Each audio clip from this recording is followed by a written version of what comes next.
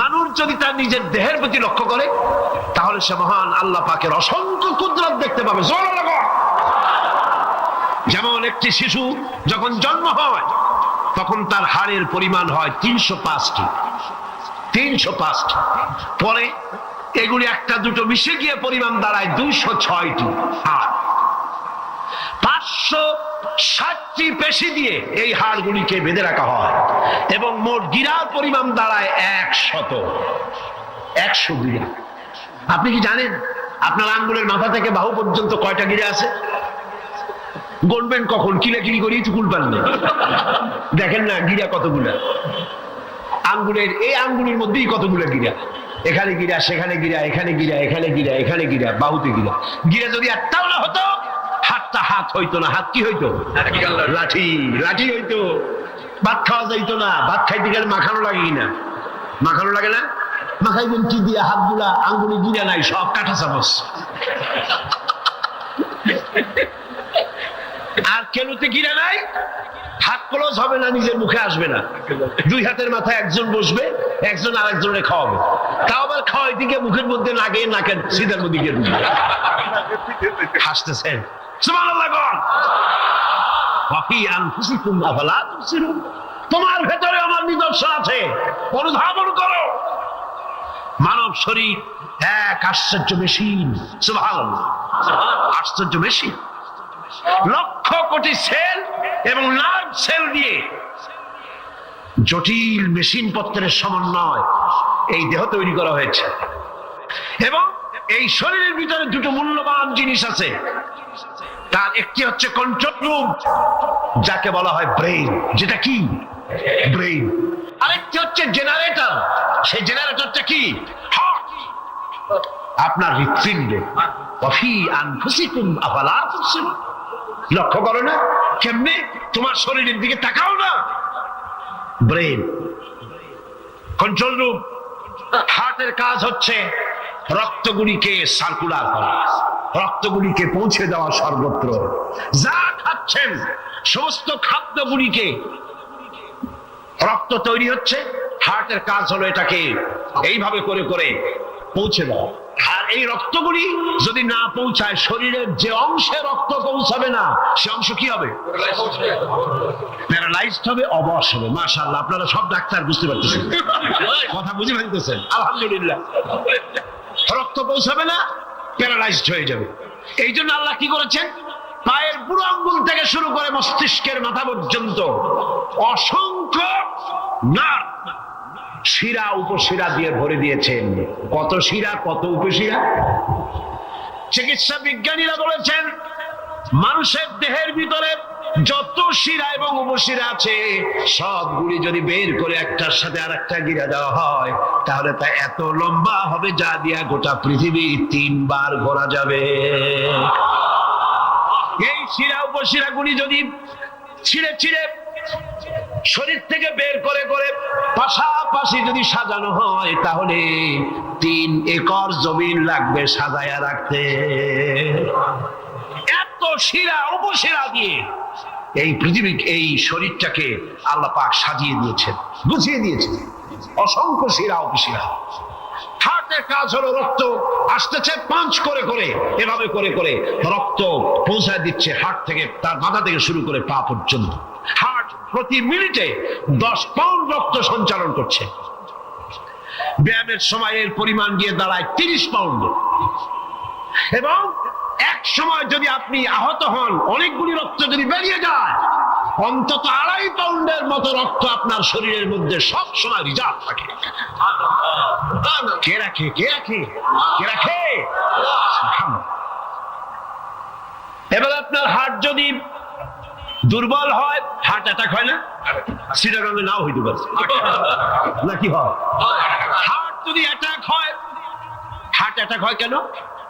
হার্টের যেই জিনিস ভেতর দিয়ে রক্তগুলি প্রবাহিত হয়, আর্টারি যেগুলি, এই আর্টারিগুলি যদি অতিরিক্ত চর্বির কারণে, অনেকে তো খায় জম্মের খাওয়া, ডাইনি ভাই তাকায় না, সুবহানাল্লাহ, সাইরেন কপাল বাদ দিয়ে সব পেট, খাওয়ার সময় বিসমিল্লাহ কয় না, শেষেও আলহামদুলিল্লাহ কয় না, খায় আর কয় যা মজা হইছে।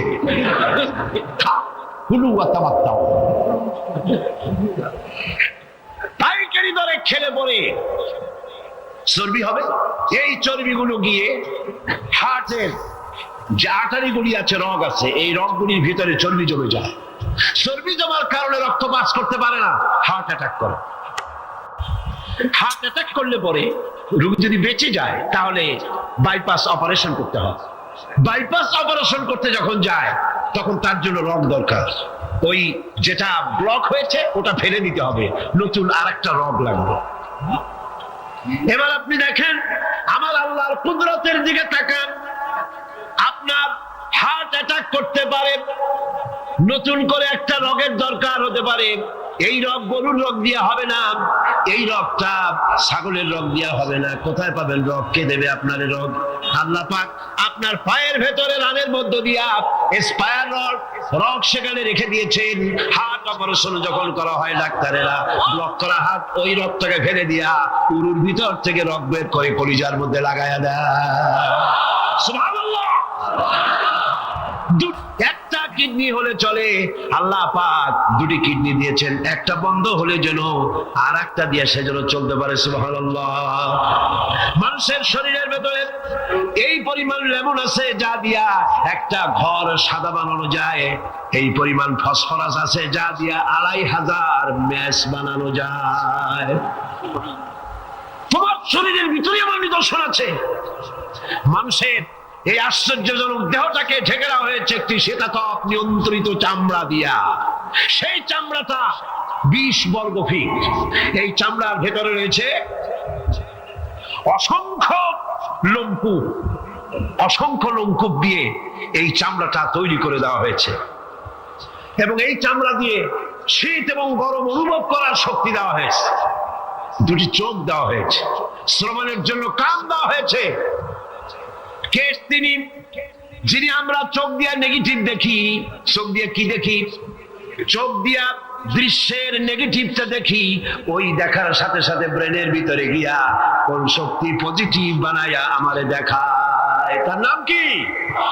আমার কানের ভিতরে অসংখ্য শব্দ চতুর্দিক থেকে আসে, শব্দগুলিকে বিন্যস্ত করে একটা একটা করে শুনবার জন্য আমার কে কানের ভিতরে কে ব্যবস্থা করে দিয়েছেন? তার নাম কি?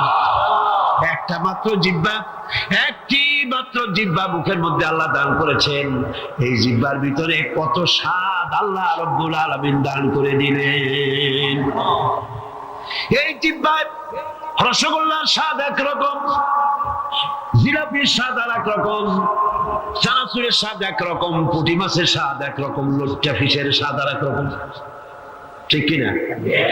শুটকি মাছের স্বাদ আর একরকম, কাবাবের স্বাদ আর একরকম, আপেলের স্বাদ একরকম, বড়ের স্বাদ একরকম। একটা জিহ্বা দিয়া হাজারো স্বাদ নেওয়ার তৌফিক দিলেন আল্লাহ। সেই খাবার সময় বিসমিল্লাহ বলে না, পরে আলহামদুলিল্লাহ কয় না। এত নিয়ামত দিয়ে আল্লাহ পাক এই সজীব শরীরকে সাজিয়েছেন, শরীরটাকে সুন্দর করেছেন, সুগঠিত করেছেন। আল্লাহ পাক বলেন তোমার শরীরের ভিতরে রয়েছে আমার দৃষ্টান্ত, এগুলি দেখো।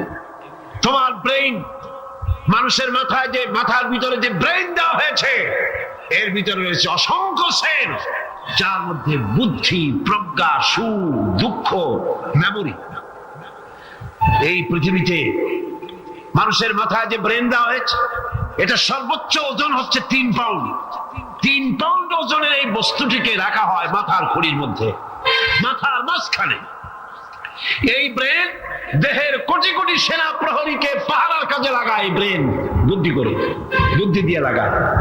কম্পিউটারের যে মেমোরি শক্তি আছে, পৃথিবীর মানুষের মাথায় আল্লাহ পাক যে মেমোরি দিয়েছেন, যে স্মৃতি শক্তি, দেশ খাইলো কেমন? আলেম ওলামারা তারা কি দেশে কখনো ক্ষমতায় গেছে? বলেন গেছে? তাহলে ওলামারা তো জীবনে ক্ষমতাই যায় নাই, তারা দেশ খাইলো কি করে? যারা ক্ষমতা থাকে ওরা খায় না, যারা ক্ষমতায় যায় না ওরা খায় জম্বের খাওয়া। আশ্চর্য কথা, এরাই দেশ তারা খাইছে। নামাজ নাই, রোজা নাই, তারপরে বলা শুরু করে আল্লাহ নাই। এরপরে ডুফুর্তি, নো চিন্তা, জেনা, ব্যভিচার, মদ, জুয়া ইত্যাদিতে লিপ্ত হয়ে গেল। আমার সোনার টুকরা ছেলে যেই না গেল বিশ্ববিদ্যালয়, কয়লার টুকরায় পরিণত হয়ে গেল, ঠিক কিনা? এটা কে করলো? কে করলো?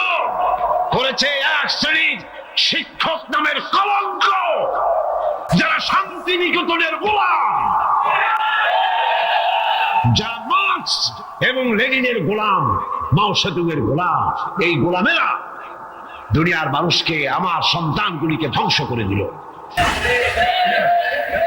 আর যদি আমি আলোচনার শুরুতেই বলেছিলাম, যদি কোরআন এবং সুন্নাহ যদি পড়ানো হতো কলেজ বিশ্ববিদ্যালয়, তাহলে আমার এই সন্তানগুলি চোর হতো না, ডাকাত হতো না, জিনাকার হতো না, বদমাশ হতো না, খাঁটি মুসলমান হয়ে বেরিয়ে আসতো, যা দেখলে আমাদের চক্ষু ঠান্ডা হয়ে যেত। যেরকম সুবহানাল্লাহ। সেই ধরনের এই কোরআন ভিত্তিক শিক্ষা ব্যবস্থা বাংলাদেশে চালু হোক, তা কি আপনারা চান? যারা বলেন চান, যারা চান দু হাত উঁচু করে দেখান। আচ্ছা, আপনারা বলেন তো, এই চট্টগ্রামে কয়জন হিন্দুকে আপনারা পিটায় ভারতে পাঠাইছেন? বলেন। একজনও না। গত পূজায় কয়টা মূর্তির কল্লা ভাঙছেন? বলেন। একটাও ভাঙেন না, একটাও ভাঙেন না। তাহলে যারা এই চট্টগ্রামে আপনারা যে সাক্ষী দিলেন, একই সাক্ষী দেবে সারা বাংলাদেশ।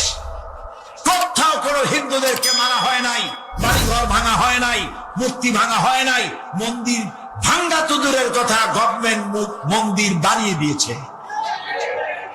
সুতরাং যারা দেশে এবং বিদেশে গিয়ে বাংলাদেশ সাম্প্রদায়িক সম্প্রীতি নাই বলে, তারা ক্ষমতায় যাওয়ার জন্য উন্মাদ হয়ে গিয়েছে, পাগল হয়ে গিয়েছে। মিথ্যা কথা বলা উচিত না। আমাদের দেশে যদি সাম্প্রদায়িক সম্প্রীতি না থাকে, তাহলে সাম্প্রদায়িক সম্প্রীতি বাংলাদেশের থেকে ভালো কোন দেশে? ওই দেশের নামটা আমি শুনতে চাই। এই তো ভারত, আমাদের প্রতিবেশী দেশ।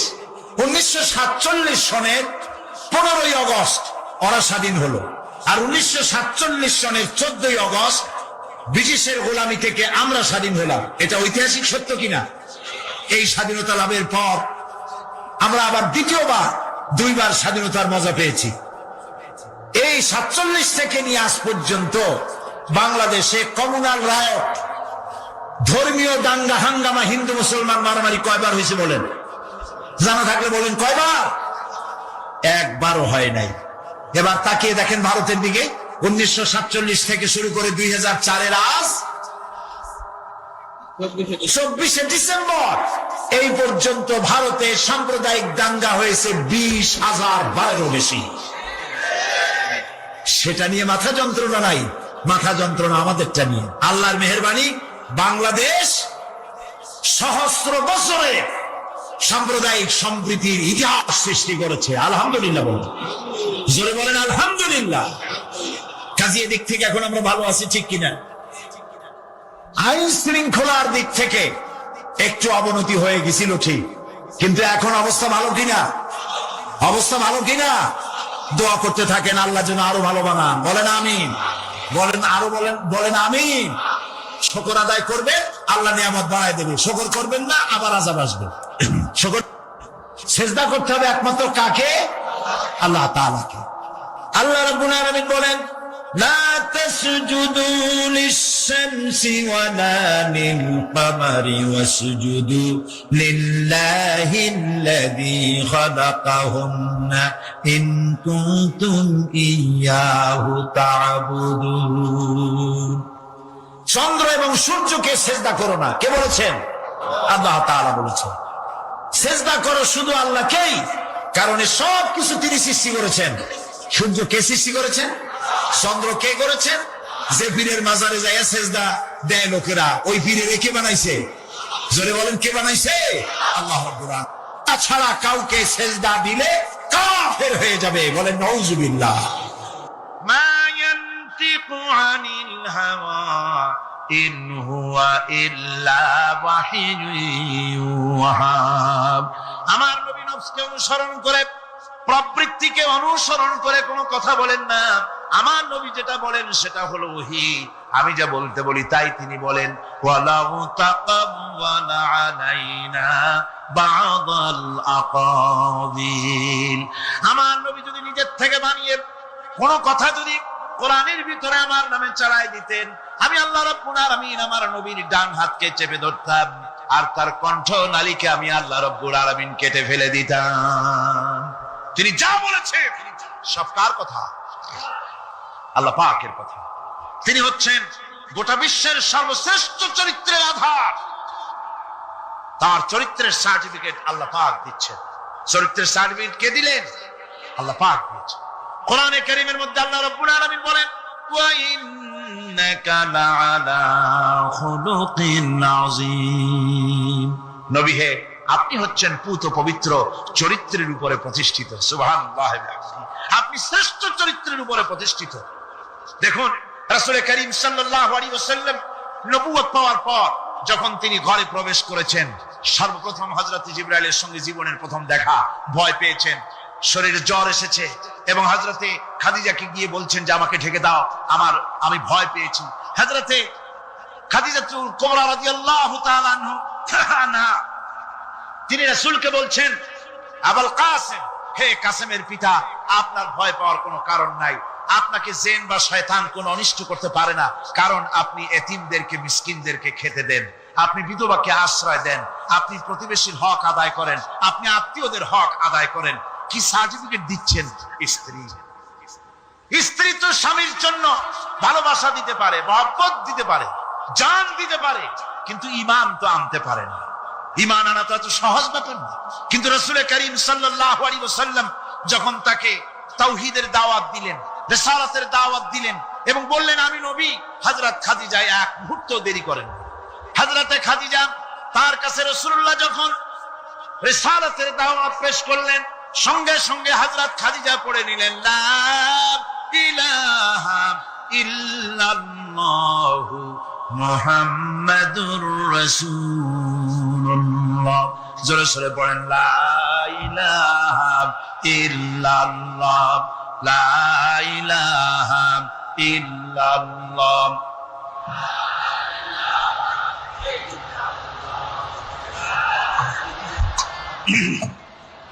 মুহাম্মদের সাথে জোরে জোরে পড়েন, লা ইলাহা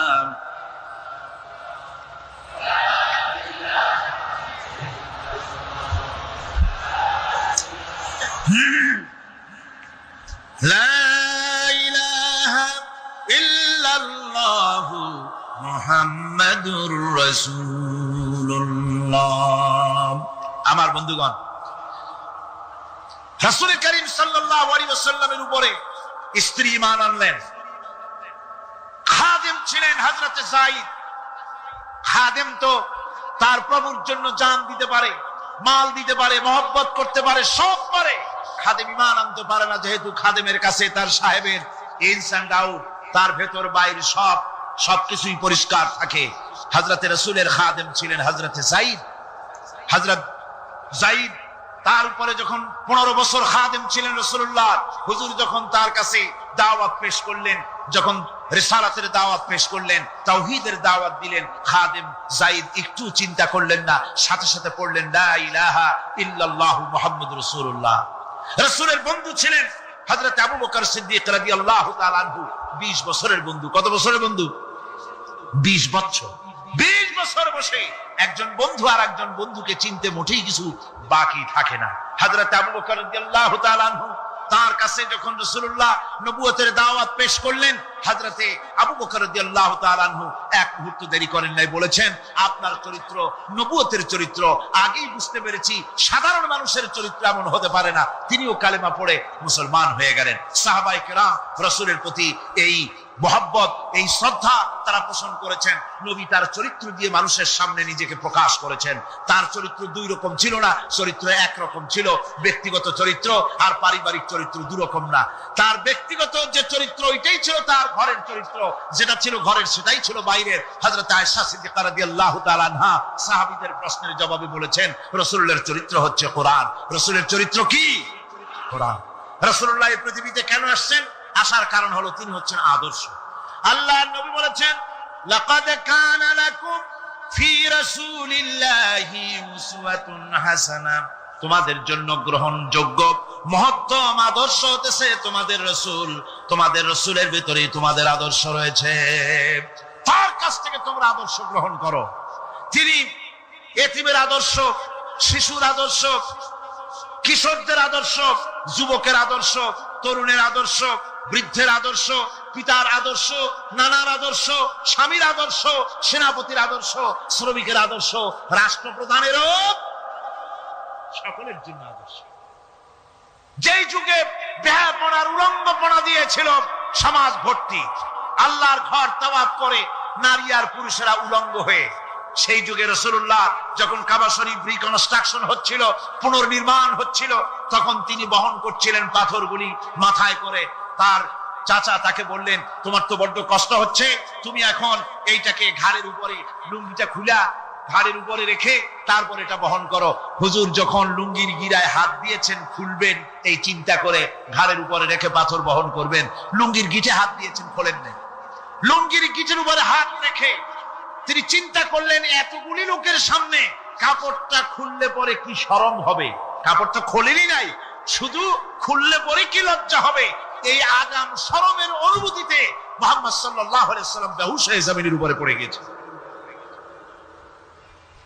আদর্শ কাকে বলে? শিশুর আদর্শ, কিশোরের আদর্শ, স্বামীর আদর্শ, পিতার আদর্শ, নানার আদর্শ, গোটা পৃথিবীর সমস্ত মানুষের আদর্শ রাসূল করিম সাল্লাল্লাহু আলাইহি ওয়াসাল্লাম। তার কাছে তিনি স্ত্রীদের আদর্শ ছিলেন, তিনি নানার আদর্শ ছিলেন। ইমাম হোসেনকে তিনি কোলে নিচ্ছেন, ঘাড়ে উঠছে বাচ্চা, বুকের উপরে উঠছে। একজন সাহাবী বলছেন, হুজুর বাচ্চা পেলে আপনি এত আদর করেন, আমার তো ৬-৭টা ছেলে মেয়ে, আমি মোটে কোলেও নি না, আর জীবনে একবার সুমাও খাই না, আমার মোটে ইচ্ছাই করে না। হুজুর বললেন, আল্লাহ যদি তোমার দিলের মধ্যে রহম পয়দা না করেন তো আমি কি করতে পারি। হুজুর বাচ্চাকে নিয়ে আদর করছেন। ইমাম হোসেনকে বলছেন, হোসেন কে বড় বলো তো, তুমি বড় না আমি বড়? হোসেন বলছেন, নানাজি আমি আপনার থেকে বড়। আশ্চর্য কথা, তুমি আমার থেকে বড় কিভাবে? হোসেন বলছেন, নানাজি বলুন তো আপনার পিতার নাম কি? হুজুর বলছেন, আমার পিতার নাম আব্দুল্লাহ। হোসেন বলছেন, এই আব্দুল্লাহ এই পর্যন্তই শেষ, আপনি তো আমার পিতার মতো পিতা পান নাই, আমার আব্বার মতো আব্বা আপনার আছে। আমার আব্বাকে বলা হয় আসাদুল্লাহিল গালিব, সমস্ত কাফেরদের জন্য বিজয়ী বীর বা আমার আব্বা। এবং আমার আব্বা সম্পর্কে আপনি বলেছেন, আনা মাদিনাতুল ইলম ওয়া আলিয়ুম বাবুহা, আমি হচ্ছে একটি জ্ঞানের রাজ্য আর আলী হচ্ছে সেই রাজ্যে প্রবেশের প্রধান তোরণ। আমার বাপের মতো বাপ আছে আপনার? হুজুর আশ্চর্য হয়ে গেলেন, বাচ্চা বলে কি? হোসেন বলছেন, নানাজি এবার কোন তো দেখি, এবার বলুন তো দেখি আপনার মায়ের নাম কি? হুজুর বলছেন, আমার মায়ের নাম আমেনা। হযরত হোসেন বলছেন, এই আমেনা পর্যন্তই শেষ, কয়জনে চিনবে কর? আমার মায়ের মতো একটা মা আপনার আছে? আমার মায়ের মতো একটা মা আপনি পেয়েছেন? আমার মাকে চেনেন? আমার মা হচ্ছেন জান্নাতের সাইয়্যিদাতুন নিসা, জান্নাতের সমস্ত মহিলাদের সরদারিনী আমার মা ফাতিমাতুজ জাহরা রাদিয়াল্লাহু তাআলা আনহা। আমার মায়ের মতো একটা মা আপনি পেয়েছেন? হোসেন বলছেন, নানাজি আরো বলবো নাকি? কয় হ্যাঁ বলো। বলছেন, নানাজি এবার কম তো দেখি আপনার নানার নাম কি? হুজুর বলছেন, আমার নানার নাম আব্দুল ওয়াহাব। হোসেন বলছেন, এবার আপনি মানুষের কাছে জিজ্ঞেস করেন কয়জন এই আব্দুল ওয়াহাব রয়েছেন? আপনি কি আমার নানার মতো একটা নানা পেয়েছেন? আমার নানাকে আপনি জানেন?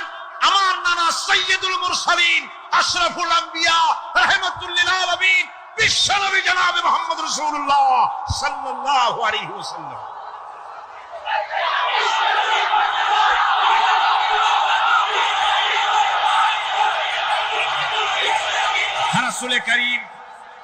রাসূল করিম সাল্লাল্লাহু আলাইহি ওয়াসাল্লাম হোসেনকে বুকের সাথে জড়িয়ে ধরে, আমার মা বাপকে তোমার রহমতের কোলে লালন পালন করো।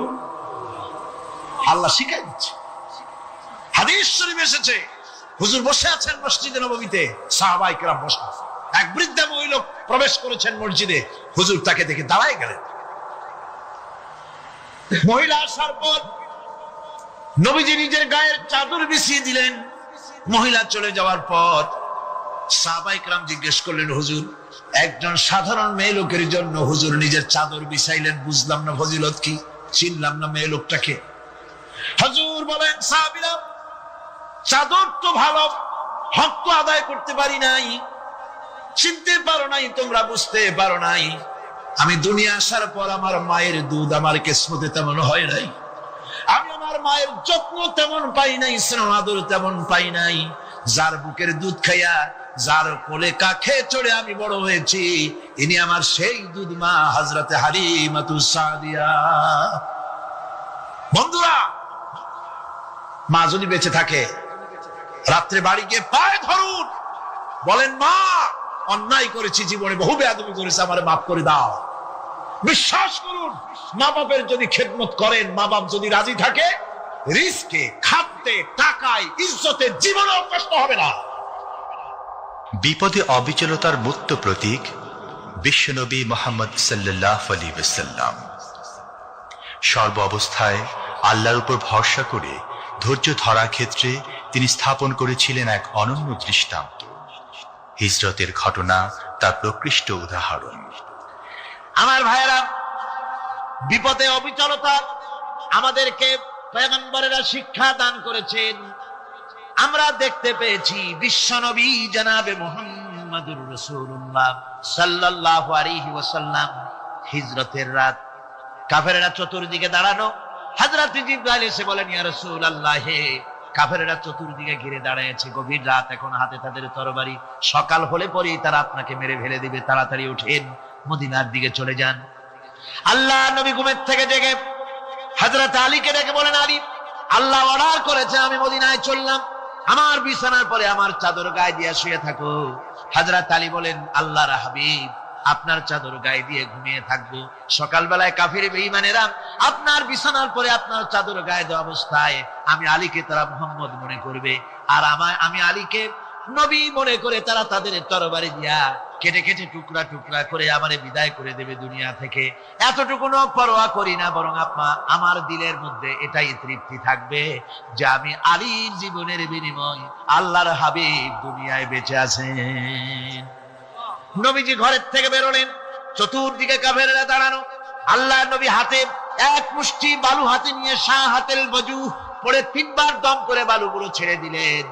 বালিগুলি ঘরের চতুর্দিকে কাফেরদের চোখে চলে গেল। পরবর্তী সময় রব্বুল আলামিন ডেকে বলেন, নবীরে, বালি যখন নিক্ষেপ আপনি করেছিলেন, গোলাগুলি আপনি তো শুধু নিক্ষেপ করেছিলেন, কিন্তু চতুর্দিকে কাফেরদের চোখে গেল কেমনে? একদিকে মেরেছিলেন, সেই দিকেই তো যাওয়ার কথা ছিল, চতুর্দিকের কাফেরের চোখে চোখে সেগুলো পৌঁছে গেল কেমনে? ওয়ামা রামাইতা ইদ রামাইতা ওয়ালাকিন্নাল্লাহ রামা।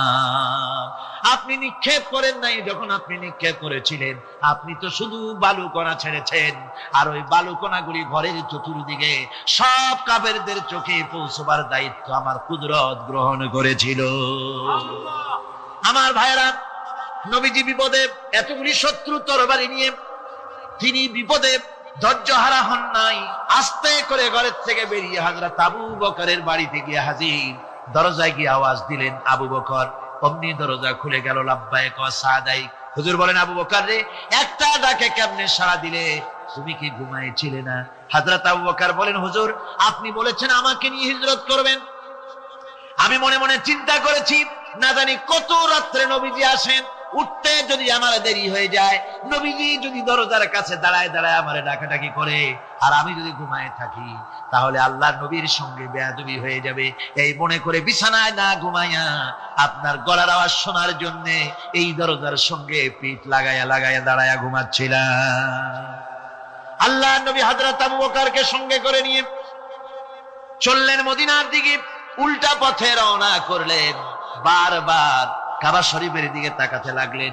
বুখারী শরীফে এসেছে, নবীজি বারবার কাবার দিকে তাকিয়ে বলতেছেন, রে কাবা, বড় আশা ছিল তোর কাছে থাকবো, তোর খেদমত করব, কিন্তু তোর নিষ্ঠুর সন্তানেরা তোর কাছে আমারে থাকতে দিল না রে।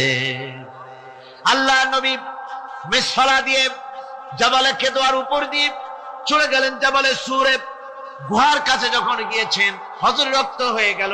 হযরত আবু বকর রাদিয়াল্লাহু তাআলা আনহু বলছেন, হুজুর, আর উপায় নাই, দিন হয়ে গেল, এখন বুঝি ধরা পড়ে যাব, ওই গুহার মধ্যে গিয়ে আশ্রয় নেই। তবে আপনি দাঁড়ান, গুহার ভিতরেই পাহাড়িয়া গুহা, বিচ্ছু থাকতে পারে, সাপ থাকতে পারে, আমি আগে ঢুকি, যদি কোনো হিংস্র প্রাণী থাকে আমার উপর দিয়া আঘাত হয়ে যাক, আল্লাহর নবী হেফাজতে থাকুন। হযরত আবু বকর রাদিয়াল্লাহু তাআলা আনহু গুহার ভিতরে নামলেন। নেমে গুহা সাফ করে হুজুরকে ডাকলেন। হুজুর তাশরীফ ফরমালেন গুহার মধ্যে। হুজুর বলেন, আবু বকর হেঁটে হেঁটে কষ্ট হয়ে গেছে, তুমি বসো, তোমার উলুর উপরে মাথা রেখে আমি একটু ঘুমায়ে যাই। আল্লাহর হাবিব ঘুমায় গেলেন। হযরত আবু বকর লক্ষ্য করে দেখেন চতুর্দিকে অনেকগুলি গর্ত দেখা যায়। এই গর্ত থেকে সাপ আসতে পারে, বিচ্ছু আসতে পারে মনে করে নিজের গায়ের চাদর ছিঁড়ে ছিঁড়ে গর্তগুলি বন্ধ করা শুরু করে দিলেন। কয়েকটা গর্ত বন্ধ করার মতো চাদর আর নাই, পাও দিয়ে চেপে ধরলেন। এক পাহাড়িয়া বিষধর সাপ বেরোবার জন্য চেষ্টা করে বেরোবার পথ খুঁজে নেই পেয়ে হযরত আবু বকরের পায়ের উপরে দংশন করেছে। বিষের যন্ত্রণায় হযরত আবু বকরের চোখ থেকে পানি দরদর করে পড়ছে। রাসূলুল্লাহর ঘুম ভেঙে গেল। আল্লাহর নবী তাকে বলেন, আবু বকর চোখে পানি কেন? বাড়ির কথা বুঝি মনে পড়ে গেছে? হযরত আবু বকর বলেন, ইয়া রাসূলুল্লাহ, আল্লাহর নামে কসম করে বলি, যেই দিন আমি ঈমান এনেছি ওই দিন থেকে আমার মা বাপ, আমার কোলে আমার সন্তান, আমার স্ত্রী, আমার জায়গা জমি ঘর বাড়ি, এমনকি আমার নিজের আত্মার চাইতে হুজুর আপনারে ভালোবাসি বেশি। তাহলে কাঁদো কেন? হযরত আবু বকর বলেন, হুজুর বাড়ির জন্য কাঁদি না, ছেলে পেলের জন্য কাঁদি না, সাপে দংশন করেছে, যন্ত্রণায় কাঁদতেছি। আল্লাহর নবী সঙ্গে সঙ্গে মুখ থেকে থুতু বার করে যন্ত্রণার জায়গায় লাগাই দিলেন। সঙ্গে সঙ্গে যন্ত্রণা বন্ধ হয়ে গেল। হুজুর বললেন, আবু বকর প্রথম যখন তোমার এই আঘাত করেছিল সাপে, আমাকে কেন তাড়াতাড়ি বলো নাই? এতক্ষণ তো তোমার কষ্ট হতো না। হযরত আবু বকর বলেন, ইয়া রাসূলুল্লাহ, ওটা তো সাপে কাটার যন্ত্রণা, ওই যন্ত্রণায় আমার রক্ত জ্বলতেছে, যন্ত্রণায় যন্ত্রণায় আমার কলেজাটা যদি ফেটেও যেত। আল্লাহর হাবিব আরাম ফরমাচ্ছিলেন, আমি তাকে আরামে বিঘ্ন ঘটাতে পারতাম না। আমার ভাইয়েরা, হযরত আবু বকর হযরত রাসূল দুজন বসে আছেন। এমনি সময় কাফের বেঈমানেরা খুঁজতে খুঁজতে জায়গা মতো এসে গেছে। একজনে বলে ভিতরে আছে, আর একজনে বলে নাই। পায়ের যদি থাকবে তাহলে মাকড়সায় জাল বুনালো কি করে, পাখি ডিম পেড়ে বসে আছে কি করে, তাদের সন্দেহ হতে লাগলো। এর মধ্যে নাই, একজন বলে আছে আর একজন বলে নাই। হযরত আবু বকর ভয়ের চোটে কেঁদে ফেলেছেন, হুজুর আর উপায় নাই। এই যে অবস্থান, এই অবস্থার ভিতরে, এই অবস্থার ভেতরেও আল্লাহ নবী এতটুকু ঘাবড়ে যান নাই। শত্রুরা তরবারি নিয়ে এসেছে, সুযোগ পেলেই একটু তাকালেই দেখতে পাবে, তুলে মেরে ফেলে দেবে। আল্লাহর হাবিব মুঠি ধৈর্য হারালেন না, এতটুকু হতাশ হলেন না। আল্লাহ পাকের হাবিব তার সাথীকে কি বললেন? তখন কোরআনে কারীম সূরা তাওবার মধ্যে আল্লাহ তা উদ্ধৃত করেছেন মুমিনদের জন্য, ইযহুমা ফিল গার ইয ইয়াকুলু লিসাহিবিহি লা তাহজান ইন্নাল্লাহা মা'ানা। ও আমার সাথী, ও বন্ধু, ভয় করো না, চিন্তা করো না, আমরা মাইনরিটি নই, আমরাই মেজরিটি। তার কারণ আল্লাহ আমাদের সাথে আছেন। সুবহানাল্লাহ।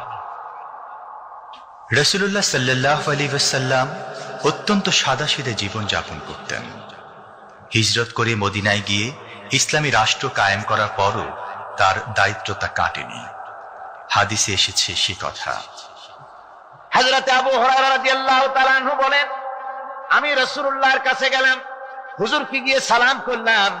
আল্লাহর নবী সালামের জবাব দিলেন, কিন্তু দেখতে পেলাম মুখ নড়ে, আওয়াজ বেরোলো না। কারণ কি?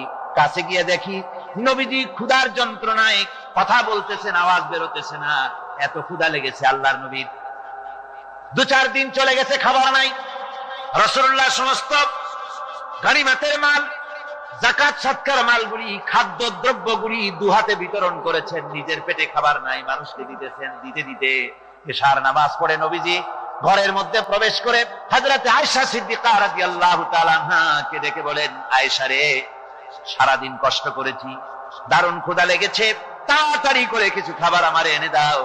হযরত আয়েশা হুজুরের ক্ষুধার্ত শ্রান্ত ক্লান্ত চেহারার দিকে তাকাইয়া হযরত আয়েশা কেঁদে ফেলেছেন।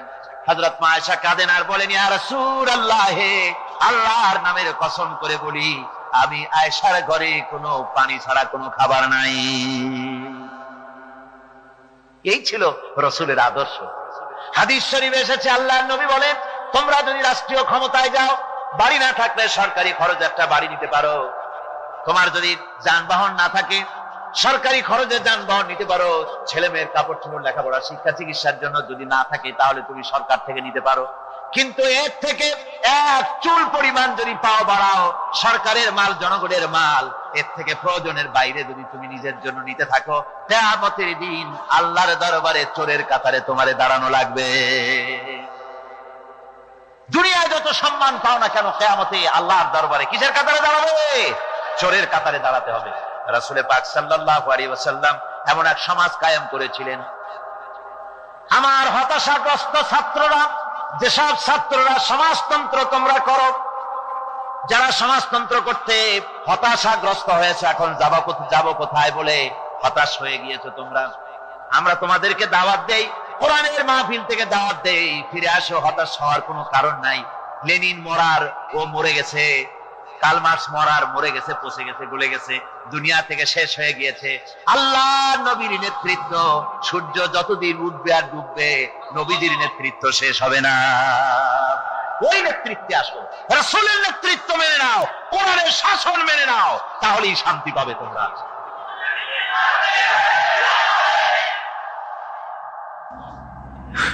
আল্লাহর নবী দুপুরে আরাম করতেছিলেন। হযরত ওমর বলেন, আমি দেখতে গিয়েছিলাম রাসূলুল্লাহকে, আমি যাই সালাম দিলাম, হুজুর উঠে বসলেন।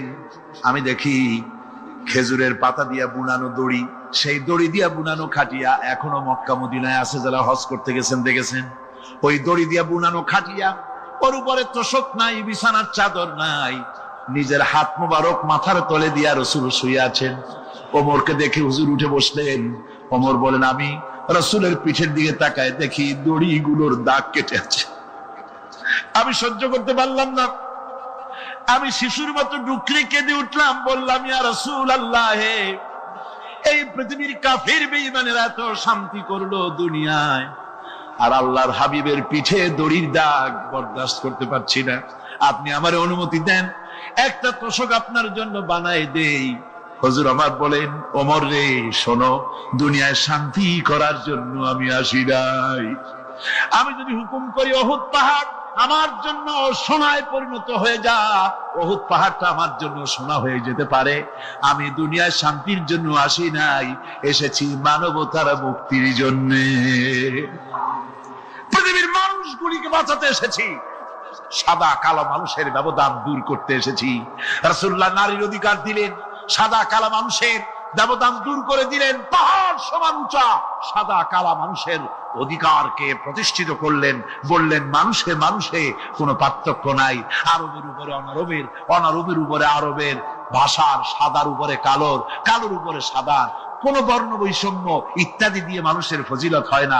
মানুষের মর্যাদা বাড়ে। ইন্না আকরামাকুম ইনদাল্লাহি আতকাকুম, মানুষের মধ্যে মর্যাদা তোমাদের মধ্যে আল্লাহর কাছে তার যে ব্যক্তি তোমাদের মধ্যে আল্লাহকে বেশি ভয় করে। সুবহানাল্লাহ কর, সুবহানাল্লাহ কর। আমার ভাইয়েরা, নবীজি মদিনা মুনাওয়ারায় ইসলামী রাষ্ট্রের রাষ্ট্রপ্রধান হয়েছেন। আজ বাজারে যেতেছেন, যাওয়ার সময় ডেকে ডেকে বলেন, বিধবাদের বাড়ির সামনে দিয়ে যায়, তোমাদের বাজার লাগবে নাকি? এতিমের বাড়ির সামনে থেকে যায়, তোমাদের বাজার লাগবে নাকি? আমারে বলো, আমি বাজার করে এনে দেব। নিজের পেটে খাবার নাই, দুয়ারে দুয়ারে খাবার পৌঁছে গেছে, খাবারের অভাব নাই, মানুষ খাওয়া পেয়েছে, পড়া পেয়েছে, চুরি ডাকাতি বন্ধ হয়ে গেছে। হুজুর বলেন, খায়রুল কুরুনি কারনি, সর্বশ্রেষ্ঠ যুগ আমার যুগ। সুদ বন্ধ হয়ে গেল। রাসূলুল্লাহ বললেন, সুদ আর চলবে না, হারাম। সুদ বন্ধ হয়ে গেল। হুজুর ব্যাংক চালু করে দিলেন। ব্যাংকের নাম হলো বাইতুল মাল। কি নাম হলো? এই ব্যাংক যেদিন রাসূলুল্লাহ উদ্বোধন করেন, আল্লাহর নবী বাইতুল মাল ব্যাংক উদ্বোধনের দিনে যে বক্তৃতা করলেন, বুখারীতে সেই বক্তৃতা লেখা হয়ে গেল।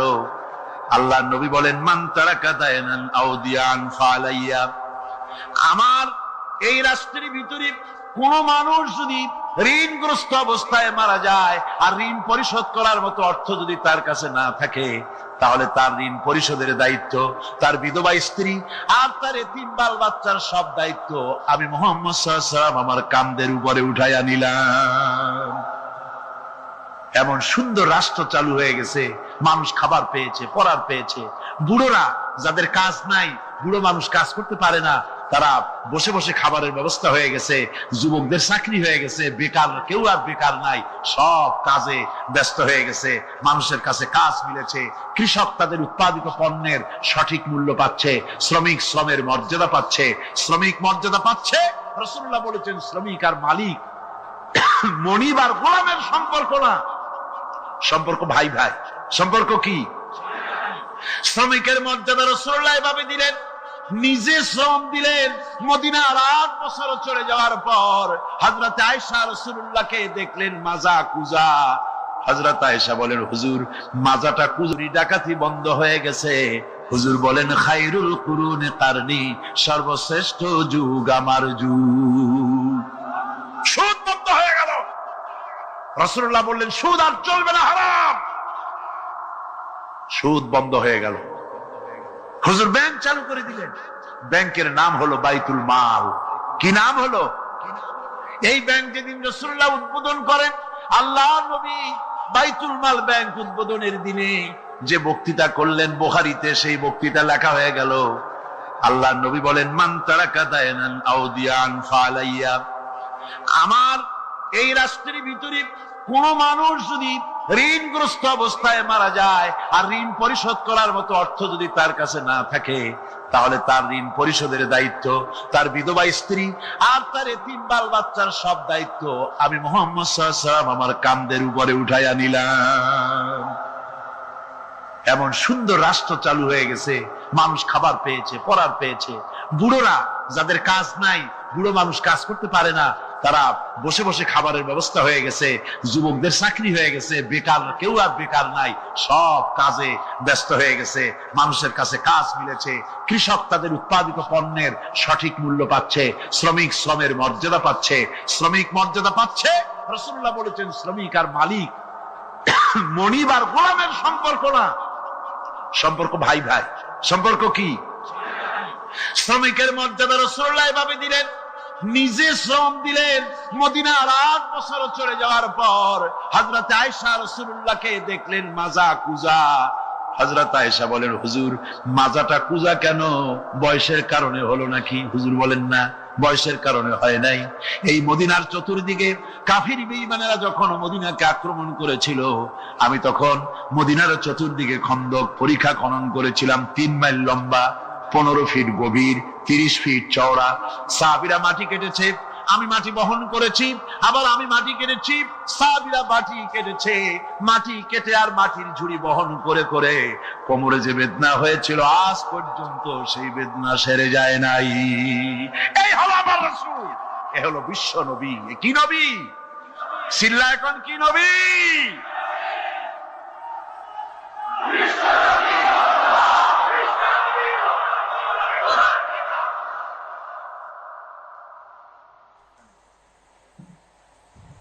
বিসমিল্লাহির রহমানির রহিম। সর্বযুগের সর্বকালের সর্বশ্রেষ্ঠ মহামানব রাহমাতুল্লিল আলামিন হযরত মুহাম্মদ সাল্লাল্লাহু আলাইহি ওয়াসাল্লাম, যার জীবনের প্রতিটি অংশে আছে শিক্ষা, মহান রব্বুল আলামিনের অকৃত্রিম বন্ধু রাসূলুল্লাহ সাল্লাল্লাহু আলাইহি ওয়াসাল্লামের জীবন থেকে শিক্ষা গ্রহণ আমাদের সবারই একান্ত কর্তব্য। এখন আমাদের সামনে রাসূল করিম সাল্লাল্লাহু আলাইহি ওয়াসাল্লামের জীবনের নানা দিক নিয়ে আলোচনা করছেন আন্তর্জাতিক খ্যাতিসম্পন্ন মুফাসসিরে কোরআন ও বিশিষ্ট ইসলামী চিন্তাবিদ হযরত মাওলানা দেলোয়ার হোসাইন সাঈদী। শব্দগ্রহণে মাহসিন সাউন্ড সিস্টেম, প্রযোজনায় সিএইচপি, পরিবেশনায় স্পন্দন অডিও ভিজুয়াল সেন্টার, ঢাকা। আল্লাহ রাব্বুল আলামিন বলেন, মা ইয়ানতিকু আনিল হাওয়া ইন হুয়া ইল্লা ওয়াহিয়ুন ইউহা। আমার নবী নফসকে অনুসরণ করে, প্রবৃত্তিকে অনুসরণ করে কোনো কথা বলেন না। আমার নবী যেটা বলেন সেটা হলো ওহী। আমি যা বলতে বলি তাই তিনি বলেন। ওয়ালাউ তাকাওয়ালা আলাইনা বা'দাল আকাবিল। আমার নবী যদি নিজের থেকে বানিয়ে কোন কথা যদি কোরআনের ভিতরে আমার নামে চালাই দিতেন, আমি আল্লাহ রাব্বুল আলামিন আমার নবীর ডান হাতকে চেপে ধরতাম, আর তার কণ্ঠ নালীকে আমি আল্লাহ রাব্বুল আলামিন কেটে ফেলে দিতাম। তিনি যা বলেছেন সব কার কথা? আল্লাহ পাকের কথা। তিনি হচ্ছেন গোটা বিশ্বের সর্বশ্রেষ্ঠ চরিত্রের আধার। তার চরিত্রের সার্টিফিকেট আল্লাহ পাক দিচ্ছেন। চরিত্রের সার্টিফিকেট কে দিলেন? আল্লাহ পাক দিচ্ছেন। কোরআনে কারীমের মধ্যে আল্লাহ রাব্বুল আলামিন বলেন, ওয়া ইন্নাকা লাআলা খুলুকিন আযীম। নবী হে, আপনি হচ্ছেন পুত পবিত্র চরিত্রের উপরে প্রতিষ্ঠিত। সুবহানাল্লাহ, আপনি শ্রেষ্ঠ চরিত্রের উপরে প্রতিষ্ঠিত। দেখুন, রাসূল করিম সাল্লাল্লাহু আলাইহি ওয়াসাল্লাম নবুয়ত পাওয়ার পর যখন তিনি ঘরে প্রবেশ করেছেন, সর্বপ্রথম হযরত জিবরাইলের সঙ্গে জীবনের প্রথম দেখা, ভয় পেয়েছেন, শরীরে জ্বর এসেছে এবং হযরতে খাদিজাকে গিয়ে বলছেন যে আমাকে ঢেকে দাও, আমি ভয় পেয়েছি। হযরতে খাদিজাতুল কুবরা রাদিয়াল্লাহু তাআলা আনহা তিনি রাসূলকে বলছেন, আবুল কাসেম, হে কাসেমের পিতা, আপনার ভয় পাওয়ার কোনো কারণ নাই। আপনাকে জিন বা শয়তান কোনো অনিষ্ট করতে পারে না, কারণ আপনি এতিমদেরকে, মিসকিনদেরকে খেতে দেন, আপনি বিধবাকে আশ্রয় দেন, আপনি প্রতিবেশীর হক আদায় করেন, আপনি আত্মীয়দের হক আদায় করেন। কি সার্টিফিকেট দিচ্ছেন? স্ত্রী তো স্বামীর জন্য ভালোবাসা দিতে পারে, মহব্বত দিতে পারে, জান দিতে পারে, কিন্তু ঈমান তো আনতে পারে না। ঈমান আনা তো এত সহজ ব্যাপার না। কিন্তু রাসূল করিম সাল্লাল্লাহু আলাইহি ওয়াসাল্লাম যখন তাকে তাওহীদের দাওয়াত দিলেন, রিসালাতের দাওয়াত দিলেন এবং বললেন আমি নবী, হযরত খাদিজা এক মুহূর্ত দেরি করেন। হযরতে খাদিজা তার কাছে রাসূলুল্লাহ যখন রিসালাতের দাওয়াত পেশ করলেন, সঙ্গে সঙ্গে হযরত খাদিজা পড়ে নিলেন, লা ইলাহা ইল্লাল্লাহু মুহাম্মাদুর রাসূলুল্লাহ। জোরে সোরে পড়েন, লা ইলাহা ইল্লাল্লাহ, লা ইলাহা ইল্লাল্লাহ।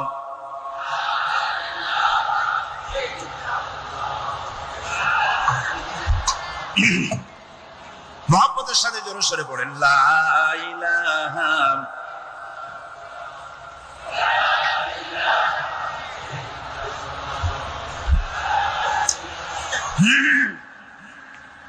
লা ইলাহা ইল্লাল্লাহু মুহাম্মাদুর রাসূলুল্লাহ। আমার বন্ধুগণ,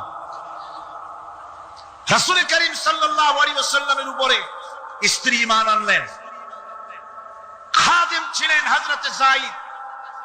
খাদেম তো তার প্রভুর জন্য জান দিতে পারে, মাল দিতে পারে, মহব্বত করতে পারে, সব পারে। খাদেম ঈমান আনতে পারে না, যেহেতু খাদেমের কাছে তার সাহেবের ইনস এন্ড আউট, তার ভেতর বাইরে সবকিছুই পরিষ্কার থাকে। হযরতে রাসূলের খাদেম ছিলেন হযরতে যায়েদ। হযরত যায়েদ তার উপরে যখন 15 বছর খাদেম ছিলেন রাসূলুল্লাহ, হুজুর যখন তার কাছে দাওয়াত পেশ করলেন, যখন রিসালাতের দাওয়াত পেশ করলেন, তাওহীদের দাওয়াত দিলেন, খাদেম যায়েদ একটু চিন্তা করলেন না, সাথে সাথে পড়লেন, লা ইলাহা ইল্লাল্লাহু মুহাম্মাদুর রাসূলুল্লাহ। রাসূলের বন্ধু ছিলেন হযরত আবু বকর সিদ্দিক রাদিয়াল্লাহু তাআলা আনহু। 20 বছরের বন্ধু। কত বছরের বন্ধু? 20 বছর। 20 বছর বসে একজন বন্ধু আর একজন বন্ধুকে চিনতে মোটেই কিছু বাকি থাকে না। হযরত আবু বকর রাদিয়াল্লাহু তাআলা আনহু তার কাছে যখন রাসূলুল্লাহ নবুয়তের দাওয়াত পেশ করলেন, হযরতে আবু বকর রাদিয়াল্লাহু তাআলা আনহু এক মুহূর্ত দেরি করেন নাই, বলেছেন আপনার চরিত্র নবুয়তের চরিত্র। আগেই বুঝতে পেরেছি সাধারণ মানুষের চরিত্র এমন হতে পারে না। তিনিও কালেমা পড়ে মুসলমান হয়ে গেলেন। সাহাবায়ে কেরাম রাসূলের প্রতি এই মহব্বত, এই শ্রদ্ধা তারা পোষণ করেছেন। নবী তার চরিত্র দিয়ে মানুষের সামনে নিজেকে প্রকাশ করেছেন। তার চরিত্র দুই রকম ছিল না, চরিত্র এক রকম ছিল। ব্যক্তিগত চরিত্র আর পারিবারিক চরিত্র দুরকম না। তার ব্যক্তিগত যে চরিত্র ওইটাই ছিল তার ঘরের চরিত্র, যেটা ছিল ঘরের সেটাই ছিল বাইরের। হযরত আয়েশা সিদ্দিকা রাদিয়াল্লাহু তাআলা আনহা সাহাবীদের প্রশ্নের জবাবে বলেছেন, রাসূলের চরিত্র হচ্ছে কোরআন। রাসূলের চরিত্র কি? কোরআন। রাসূলুল্লাহ এই পৃথিবীতে কেন আসছেন? আসার কারণ হলো তিনি হচ্ছেন আদর্শ। আল্লাহর নবী বলেছেন, লাকাদ কানা লাকুম ফি রাসূলিল্লাহি উসওয়াতুন হাসানাহ, তোমাদের জন্য গ্রহণযোগ্য মহত্তম আদর্শ হতেছে তোমাদের রাসূল। তোমাদের রাসূলের ভিতরে তোমাদের আদর্শ রয়েছে, তার কাছ থেকে তোমরা আদর্শ গ্রহণ করো।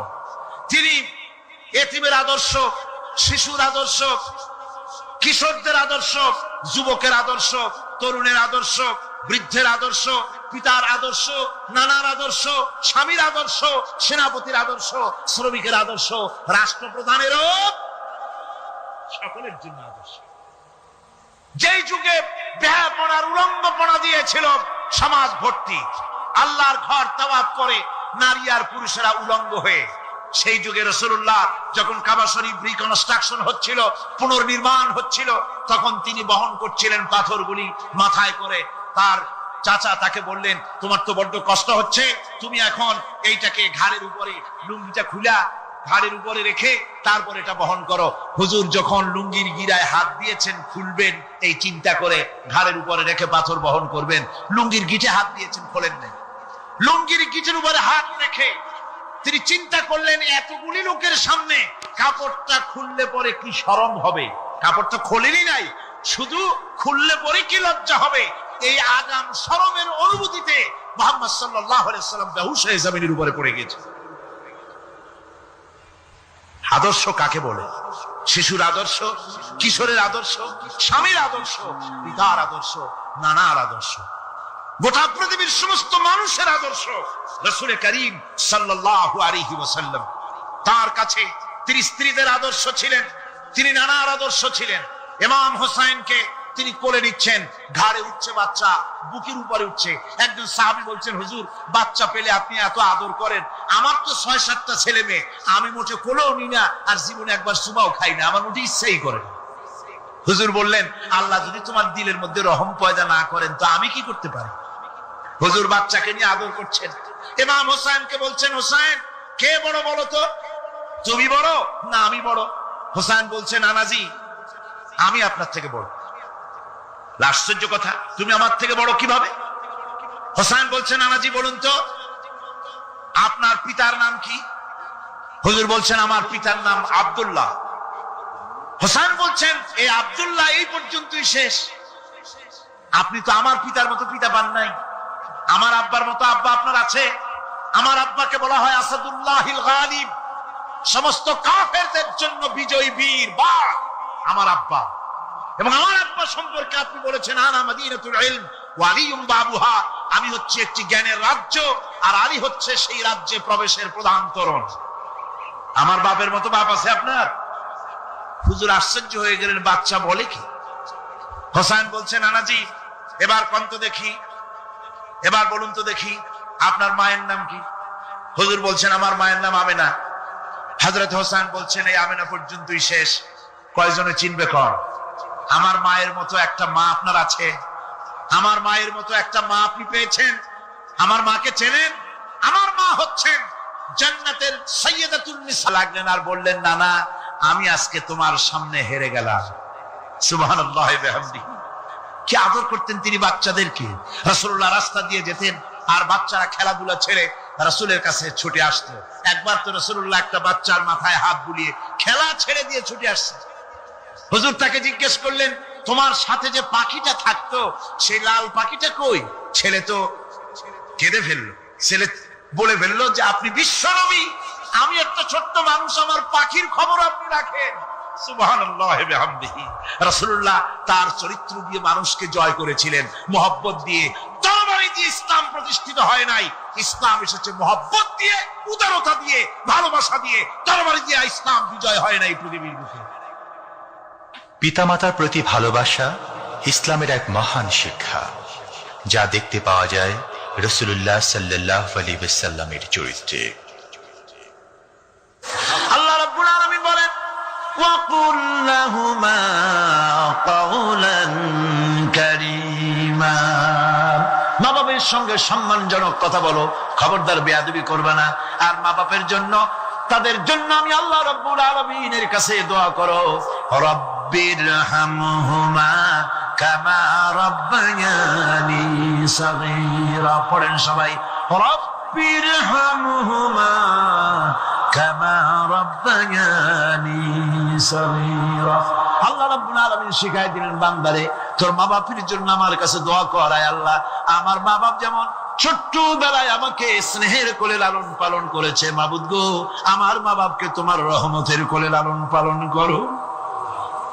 আল্লাহ শিখাই দিচ্ছে। হাদিস শরীফ এসেছে, হুজুর বসে আছেন মসজিদে নববীতে, সাহাবায়ে কেরাম বসা। এক বৃদ্ধা মহিলা প্রবেশ করেছেন মসজিদে, হুজুর তাকে দেখে দাঁড়ায় গেলেন। মহিলা আসার পর নবীজি নিজের গায়ের চাদর বিছিয়ে দিলেন। মহিলা চলে যাওয়ার পর সাহাবায়ে কেরাম জিজ্ঞেস করলেন, হুজুর একজন সাধারণ মেয়ে লোকের জন্য হুজুর নিজের চাদর বিছাইলেন, বুঝলাম না ফজিলত কি, চিনলাম না মেয়ে লোকটাকে। হুজুর বলেন, সাহাবীরা চাদর তো ভালো, হক তো আদায় করতে পারি নাই, চিনতে পারো নাই, তোমরা বুঝতে পারো নাই। আমি দুনিয়া আসার পর আমার মায়ের দুধ আমার কিসমতে তেমন হয় নাই, আমি আমার মায়ের যত্ন তেমন পাই নাই, স্নেহ আদর তেমন পাই নাই। যার বুকের দুধ খাইয়া, যার কোলে কাখে চড়ে আমি বড় হয়েছি, ইনি আমার সেই দুধ মা হযরতে হালিমাতুস সাদিয়া। বন্ধুরা, মা যদি বেঁচে থাকে, রাত্রে বাড়ি গিয়ে পায়ে ধরুন, বলেন, মা অন্যায় করেছি, জীবনে বহু বেয়াদবি করেছি, আমারে মাফ করে দাও। বিশ্বাস করুন, মা বাপের যদি খেদমত করেন, মা বাপ যদি রাজি থাকে, রিস্কে, খাদ্যে, টাকায়, ইজ্জতে জীবনেও কষ্ট হবে না। বিপদে অবিচলতার মুক্ত প্রতীক বিশ্বনবী মুহাম্মদ সাল্লাল্লাহু আলাইহি ওয়াসাল্লাম। সর্ব অবস্থায় আল্লাহর উপর ভরসা করে ধৈর্য ধরার ক্ষেত্রে তিনি স্থাপন করেছিলেন এক অনন্য দৃষ্টান্ত। হিজরতের ঘটনা তার প্রকৃষ্ট উদাহরণ। আমার ভাইয়েরা, বিপদে অবিচলতা আমাদেরকে পয়গম্বরেরা শিক্ষা দান করেছেন। আমরা দেখতে পেয়েছি বিশ্বনবী জনাবে মুহাম্মদুর রাসূলুল্লাহ সাল্লাল্লাহু আলাইহি ওয়াসাল্লাম হিজরতের রাত, কাফেররা চতুর্দিকে দাঁড়ানো। হযরত জিবরাইল এসে বলেন, ইয়া রাসূলুল্লাহ, হে কাফেররা চতুর্দিকে ঘিরে দাঁড়িয়েছে, গভীর রাত, এখন হাতে তাদের তরবারি, সকাল হলে পরেই তারা আপনাকে মেরে ফেলে দিবে, তাড়াতাড়ি উঠেন, মদিনার দিকে চলে যান। আল্লাহ নবী ঘুমের থেকে জেগে হযরত আলীকে ডেকে বলেন, আলী, আল্লাহ অর্ডার করেছে, আমি মদিনায় চললাম, আমার বিছানার পরে আমার চাদর গায়ে দিয়ে শুয়ে থাকো। হযরত আলী বলেন, আল্লাহর হাবিব, আপনার চাদর গায়ে দিয়ে ঘুমিয়ে থাকবো, সকালবেলায় কাফির বেঈমানেরা আপনার বিছানার পরে আপনার চাদর গায়ে দেওয়া অবস্থায় আমি আলীকে তারা মুহাম্মদ মনে করবে, আর আমি আলীকে নবী মনে করে তারা তাদের তরবারি দিয়া কেটে কেটে টুকরা টুকরা করে আমারে বিদায় করে দেবে দুনিয়া থেকে। এতটুকুনো পরোয়া করি না, বরং আমার দিলের মধ্যে এটাই তৃপ্তি থাকবে যে আমি আলীর জীবনের বিনিময় আল্লাহর হাবিব দুনিয়ায় বেঁচে আছেন। নবীজি ঘরের থেকে বেরোলেন, চতুর্দিকে কাফেররা দাঁড়ানো।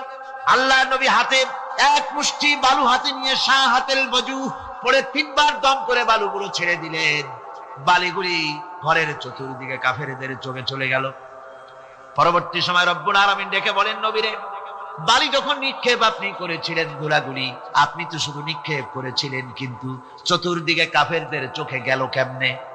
একদিকে মেরেছিলেন, সেই দিকেই তো যাওয়ার কথা ছিল, চতুর্দিকের কাফেরের চোখে চোখে সেগুলো পৌঁছে গেল কেমনে?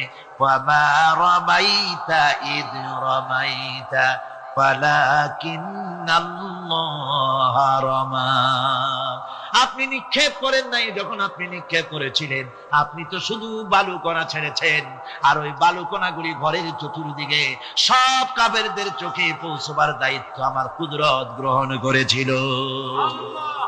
আমার ভাইরা, নবীজি বিপদে, এতগুলি শত্রু তরবারি নিয়ে তিনি বিপদে ধৈর্যহারা হন নাই।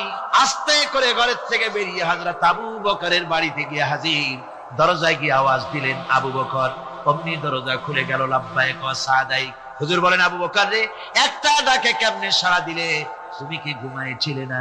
হযরত আবু বকর বলেন, হুজুর আপনি বলেছেন আমাকে নিয়ে হিজরত করবেন, আমি মনে মনে চিন্তা করেছি, না জানি কত রাত্রে নবীজি আসেন, উঠতে যদি আমার দেরি হয়ে যায়, নবীজি যদি দরজার কাছে দাঁড়ায় দাঁড়ায় আমারে ডাকাডাকি করে, আর আমি যদি ঘুমায় থাকি, তাহলে আল্লাহর নবীর সঙ্গে বেয়াদবি হয়ে যাবে।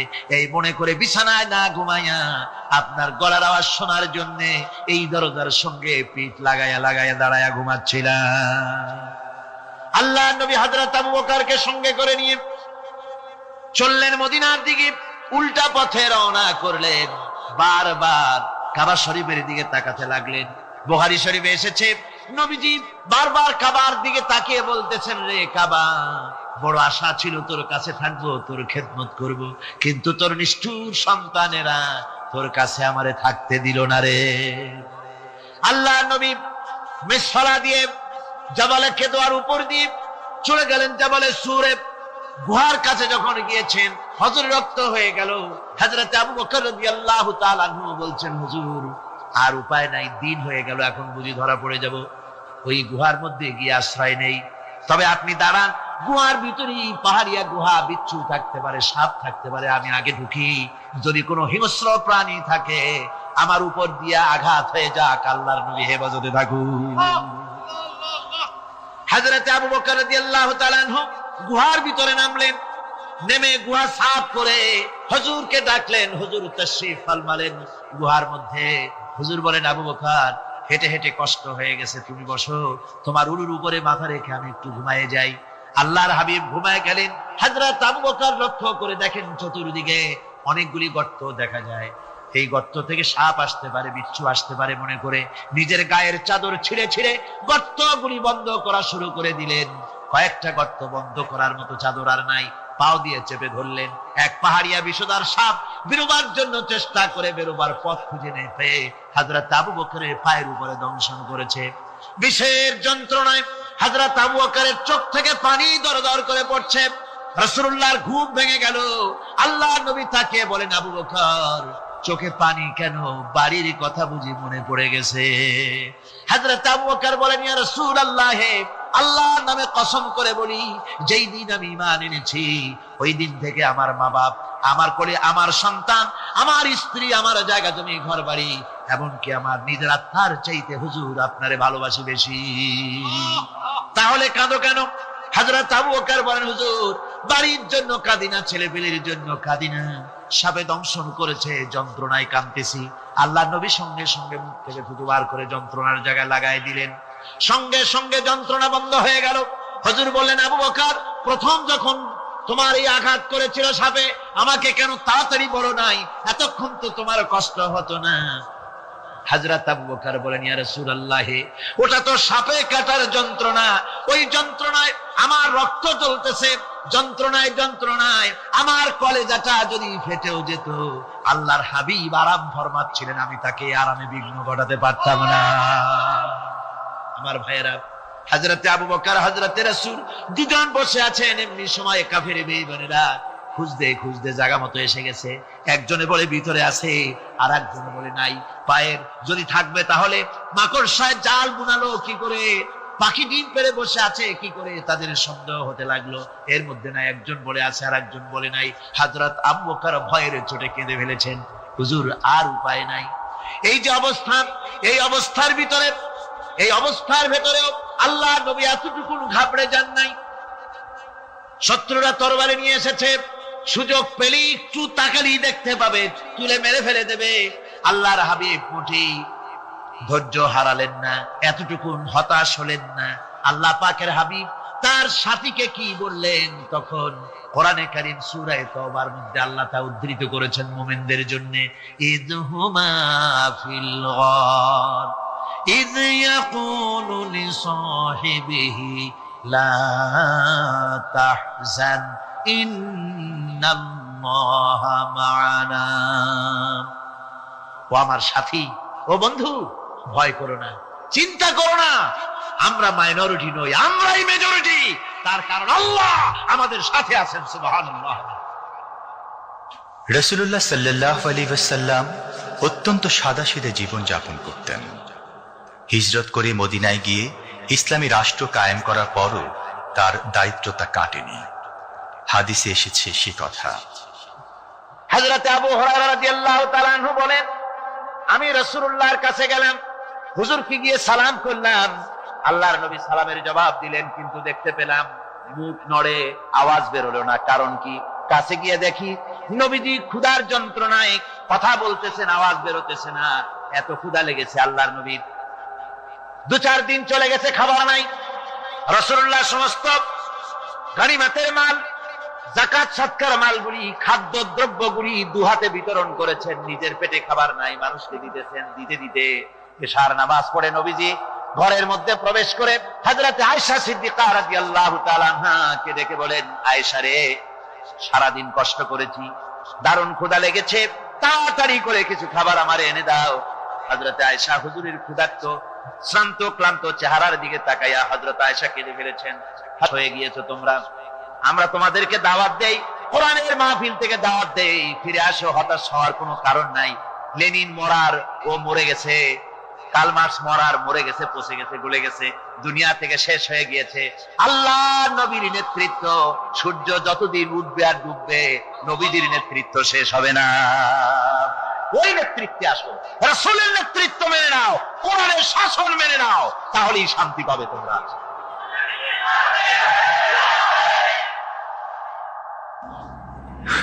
আল্লাহর নবী দুপুরে আরাম করতেছিলেন। হযরত ওমর বলেন, আমি দেখতে গিয়েছিলাম রাসূলুল্লাহকে, আমি যাই সালাম দিলাম, হুজুর উঠে বসলেন। আমি দেখি খেজুরের পাতা দিয়া বুনানো দড়ি, সেই দড়ি দিয়া বুনানো খাটিয়া এখনো মক্কা মদিনায় আছে, যারা হজ করতে গেছেন দেখেছেন।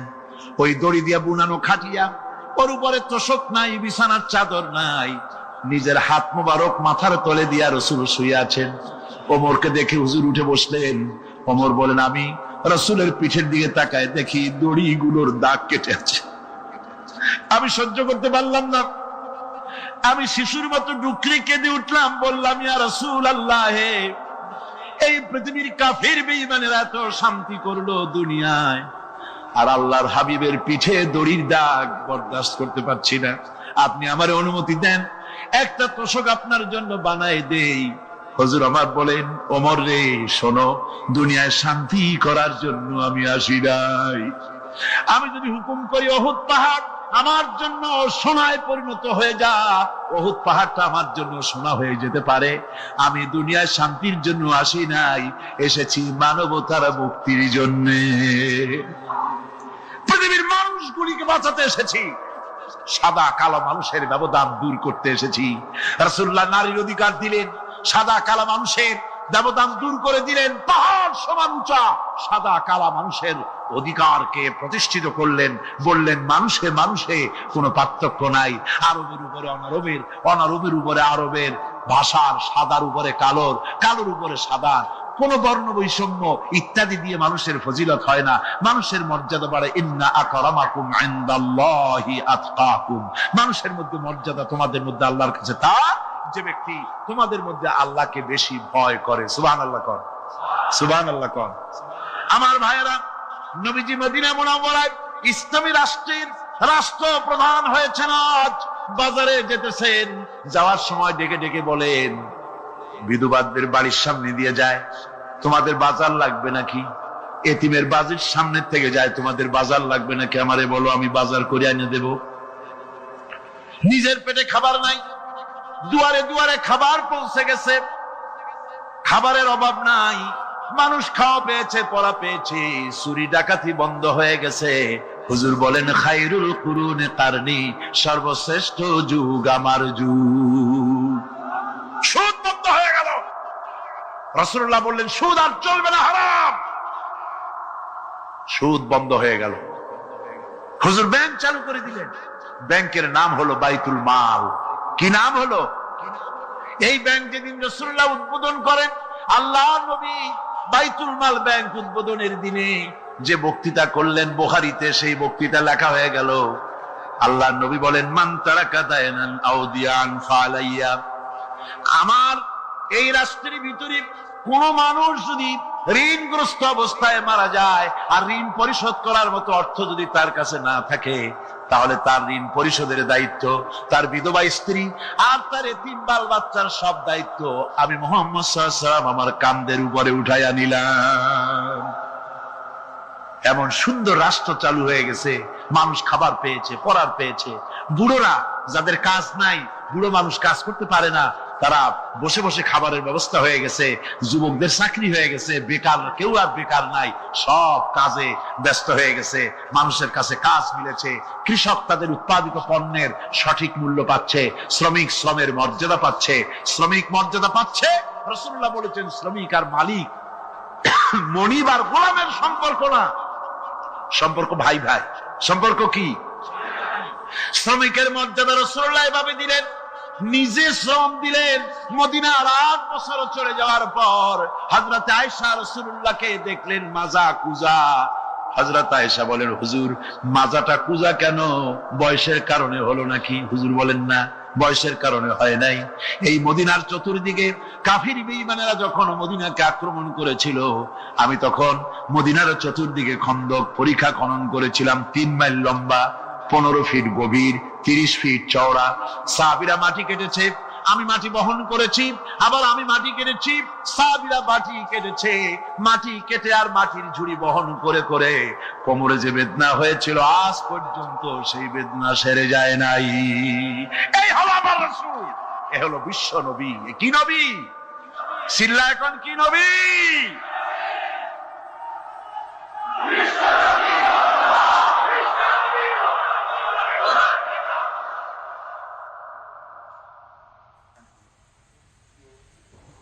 বিসমিল্লাহির রহমানির রহিম। সর্বযুগের সর্বকালের সর্বশ্রেষ্ঠ মহামানব রাহমাতুল্লিল আলামিন হযরত মুহাম্মদ সাল্লাল্লাহু আলাইহি ওয়াসাল্লাম, যার জীবনের প্রতিটি অংশে আছে শিক্ষা, মহান রব্বুল আলামিনের অকৃত্রিম বন্ধু রাসূলুল্লাহ সাল্লাল্লাহু আলাইহি ওয়াসাল্লামের জীবন থেকে শিক্ষা গ্রহণ আমাদের সবারই একান্ত কর্তব্য। এখন আমাদের সামনে রাসূল করিম সাল্লাল্লাহু আলাইহি ওয়াসাল্লামের জীবনের নানা দিক নিয়ে আলোচনা করছেন আন্তর্জাতিক খ্যাতিসম্পন্ন মুফাসসিরে কোরআন ও বিশিষ্ট ইসলামী চিন্তাবিদ হযরত মাওলানা দেলওয়ার হোসাইন সাঈদী। শব্দগ্রহণে মাহসিন সাউন্ড সিস্টেম, প্রযোজনায় সিএইচপি, পরিবেশনায় স্পন্দন অডিও ভিজুয়াল সেন্টার, ঢাকা।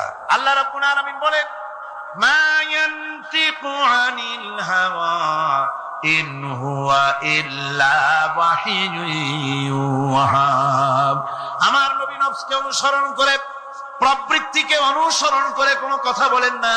আমার নবী যেটা বলেন সেটা হলো ওহী। আমি যা বলতে বলি তাই তিনি বলেন।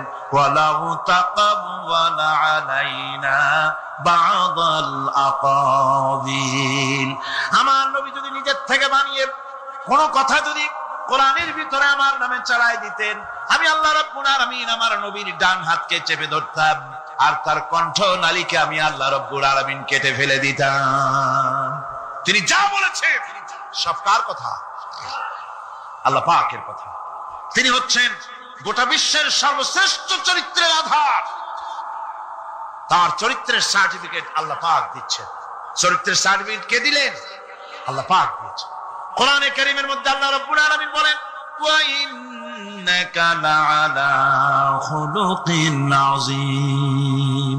নবী হে, আপনি হচ্ছেন পুত পবিত্র চরিত্রের উপরে প্রতিষ্ঠিত। সুবহানাল্লাহ, আপনি শ্রেষ্ঠ চরিত্রের উপরে প্রতিষ্ঠিত।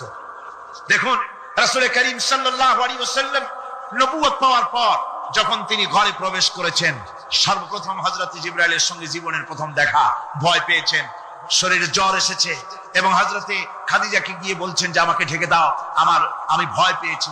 হযরতে খাদিজাতুল কুবরা রাদিয়াল্লাহু তাআলা আনহা তিনি রাসূলকে বলছেন, আবুল কাসেম, হে কাসেমের পিতা, আপনার ভয় পাওয়ার কোনো কারণ নাই। আপনাকে জিন বা শয়তান কোনো অনিষ্ট করতে পারে না, কারণ আপনি এতিমদেরকে, মিসকিনদেরকে খেতে দেন, আপনি বিধবাকে আশ্রয় দেন, আপনি প্রতিবেশীর হক আদায় করেন, আপনি আত্মীয়দের হক আদায় করেন। কি সার্টিফিকেট দিচ্ছেন?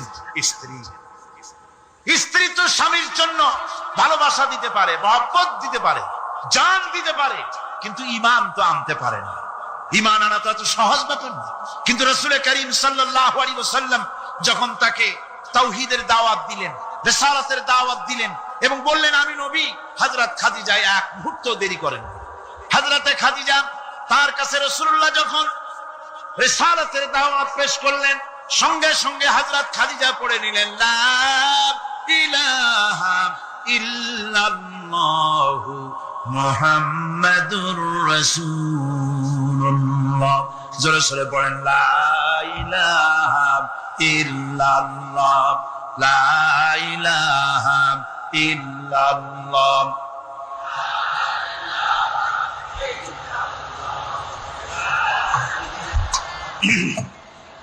মুহাম্মদের সাথে জোরে সরে পড়েন, লা ইলাহা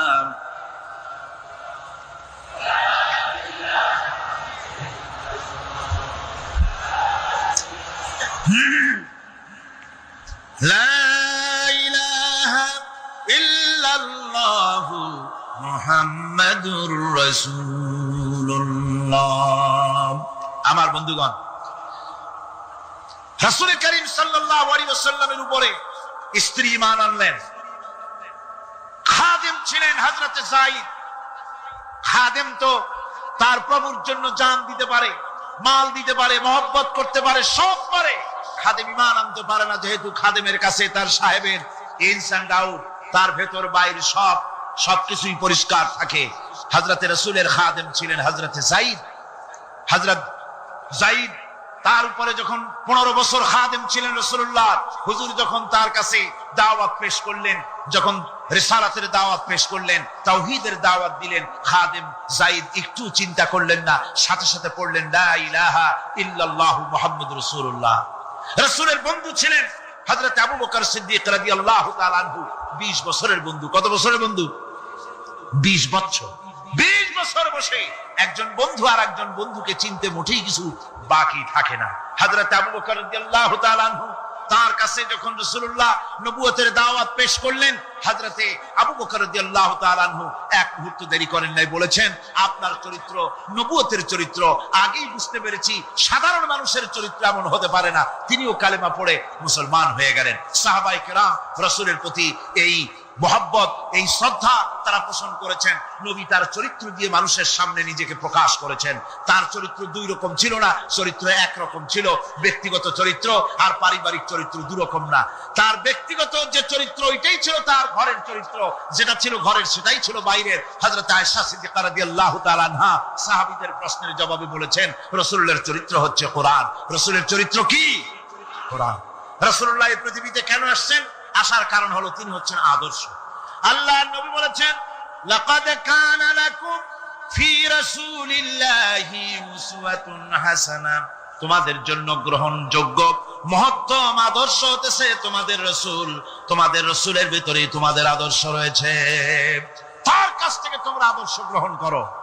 তিনি এতিমের আদর্শ, শিশুর আদর্শ, কিশোরদের আদর্শ, যুবকের আদর্শ, তরুণের আদর্শ, কিশোরের আদর্শ, স্বামীর আদর্শ, পিতার আদর্শ, নানার আদর্শ, গোটা পৃথিবীর সমস্ত মানুষের আদর্শ রাসূল করিম সাল্লাল্লাহু আলাইহি ওয়াসাল্লাম।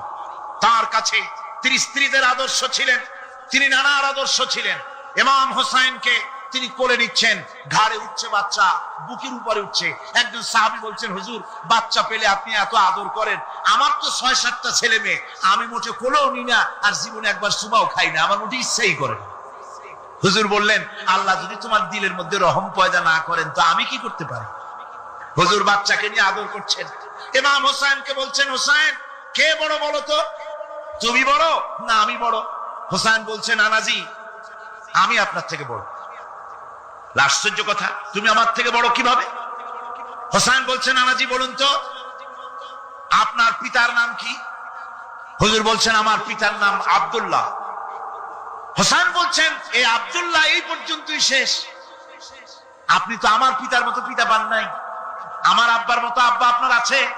আমার আব্বাকে বলা হয় আসাদুল্লাহিল গালিব, সমস্ত কাফেরদের জন্য বিজয়ী বীর বা আমার আব্বা। এবং আমার আব্বা সম্পর্কে আপনি বলেছেন আনা মাদিনাতুল ইলম ওয়া আলিয়ুম বাবুহা, আমি হচ্ছে একটি জ্ঞানের রাজ্য আর আলী হচ্ছে সেই রাজ্যে প্রবেশের প্রধান তোরণ। আমার বাপের মতো বাপ আছে আপনার? হুজুর আশ্চর্য হয়ে গেলেন, বাচ্চা বলে কি? হোসেন বলছেন নানাজি এবার কোন তো দেখি, এবার বলুন তো দেখি আপনার মায়ের নাম কি?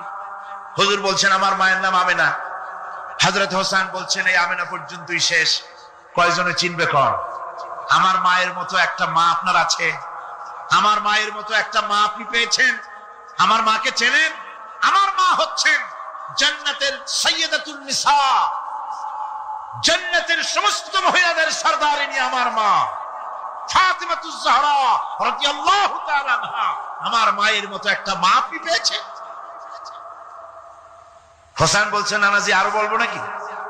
কয় হ্যাঁ বলো। বলছেন নানাজি এবার কোন তো দেখি আপনার নানার নাম কি? হুজুর বলছেন আমার নানার নাম আব্দুল ওয়াহাব। হোসেন বলছেন এবার আপনি মানুষের কাছে জিজ্ঞেস করেন কয়জন এই আব্দুল ওয়াহাব চেনে? কি আমার নানার মতো একটা নানা পেয়েছেন? আমার নানাকে আপনি জানেন? আমার নানা সাইয়্যিদুল মুরসালিন, আশরাফুল আম্বিয়া, রাহমাতুল লিল আলামিন, বিশ্বনবী জনাবে মুহাম্মদ রাসূলুল্লাহ সাল্লাল্লাহু আলাইহি ওয়াসাল্লাম।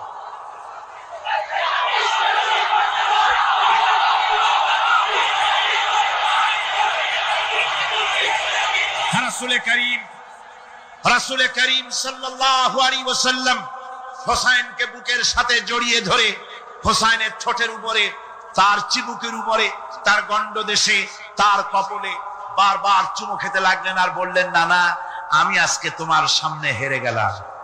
সুবহানাল্লাহি ওয়া বিহামদিহি। কি আদর করতেন তিনি বাচ্চাদেরকে। রাসূলুল্লাহ রাস্তা দিয়ে যেতেন আর বাচ্চারা খেলাধুলা ছেড়ে রাসূলের কাছে ছুটে আসতো। একবার তো রাসূলুল্লাহ একটা বাচ্চার মাথায় হাত বুলিয়ে খেলা ছেড়ে দিয়ে ছুটে আসছে। হুজুর তাকে জিজ্ঞেস করলেন, তোমার সাথে যে পাখিটা থাকতো সেই লাল পাখিটা কই? ছেলে তো কেঁদে ফেললো।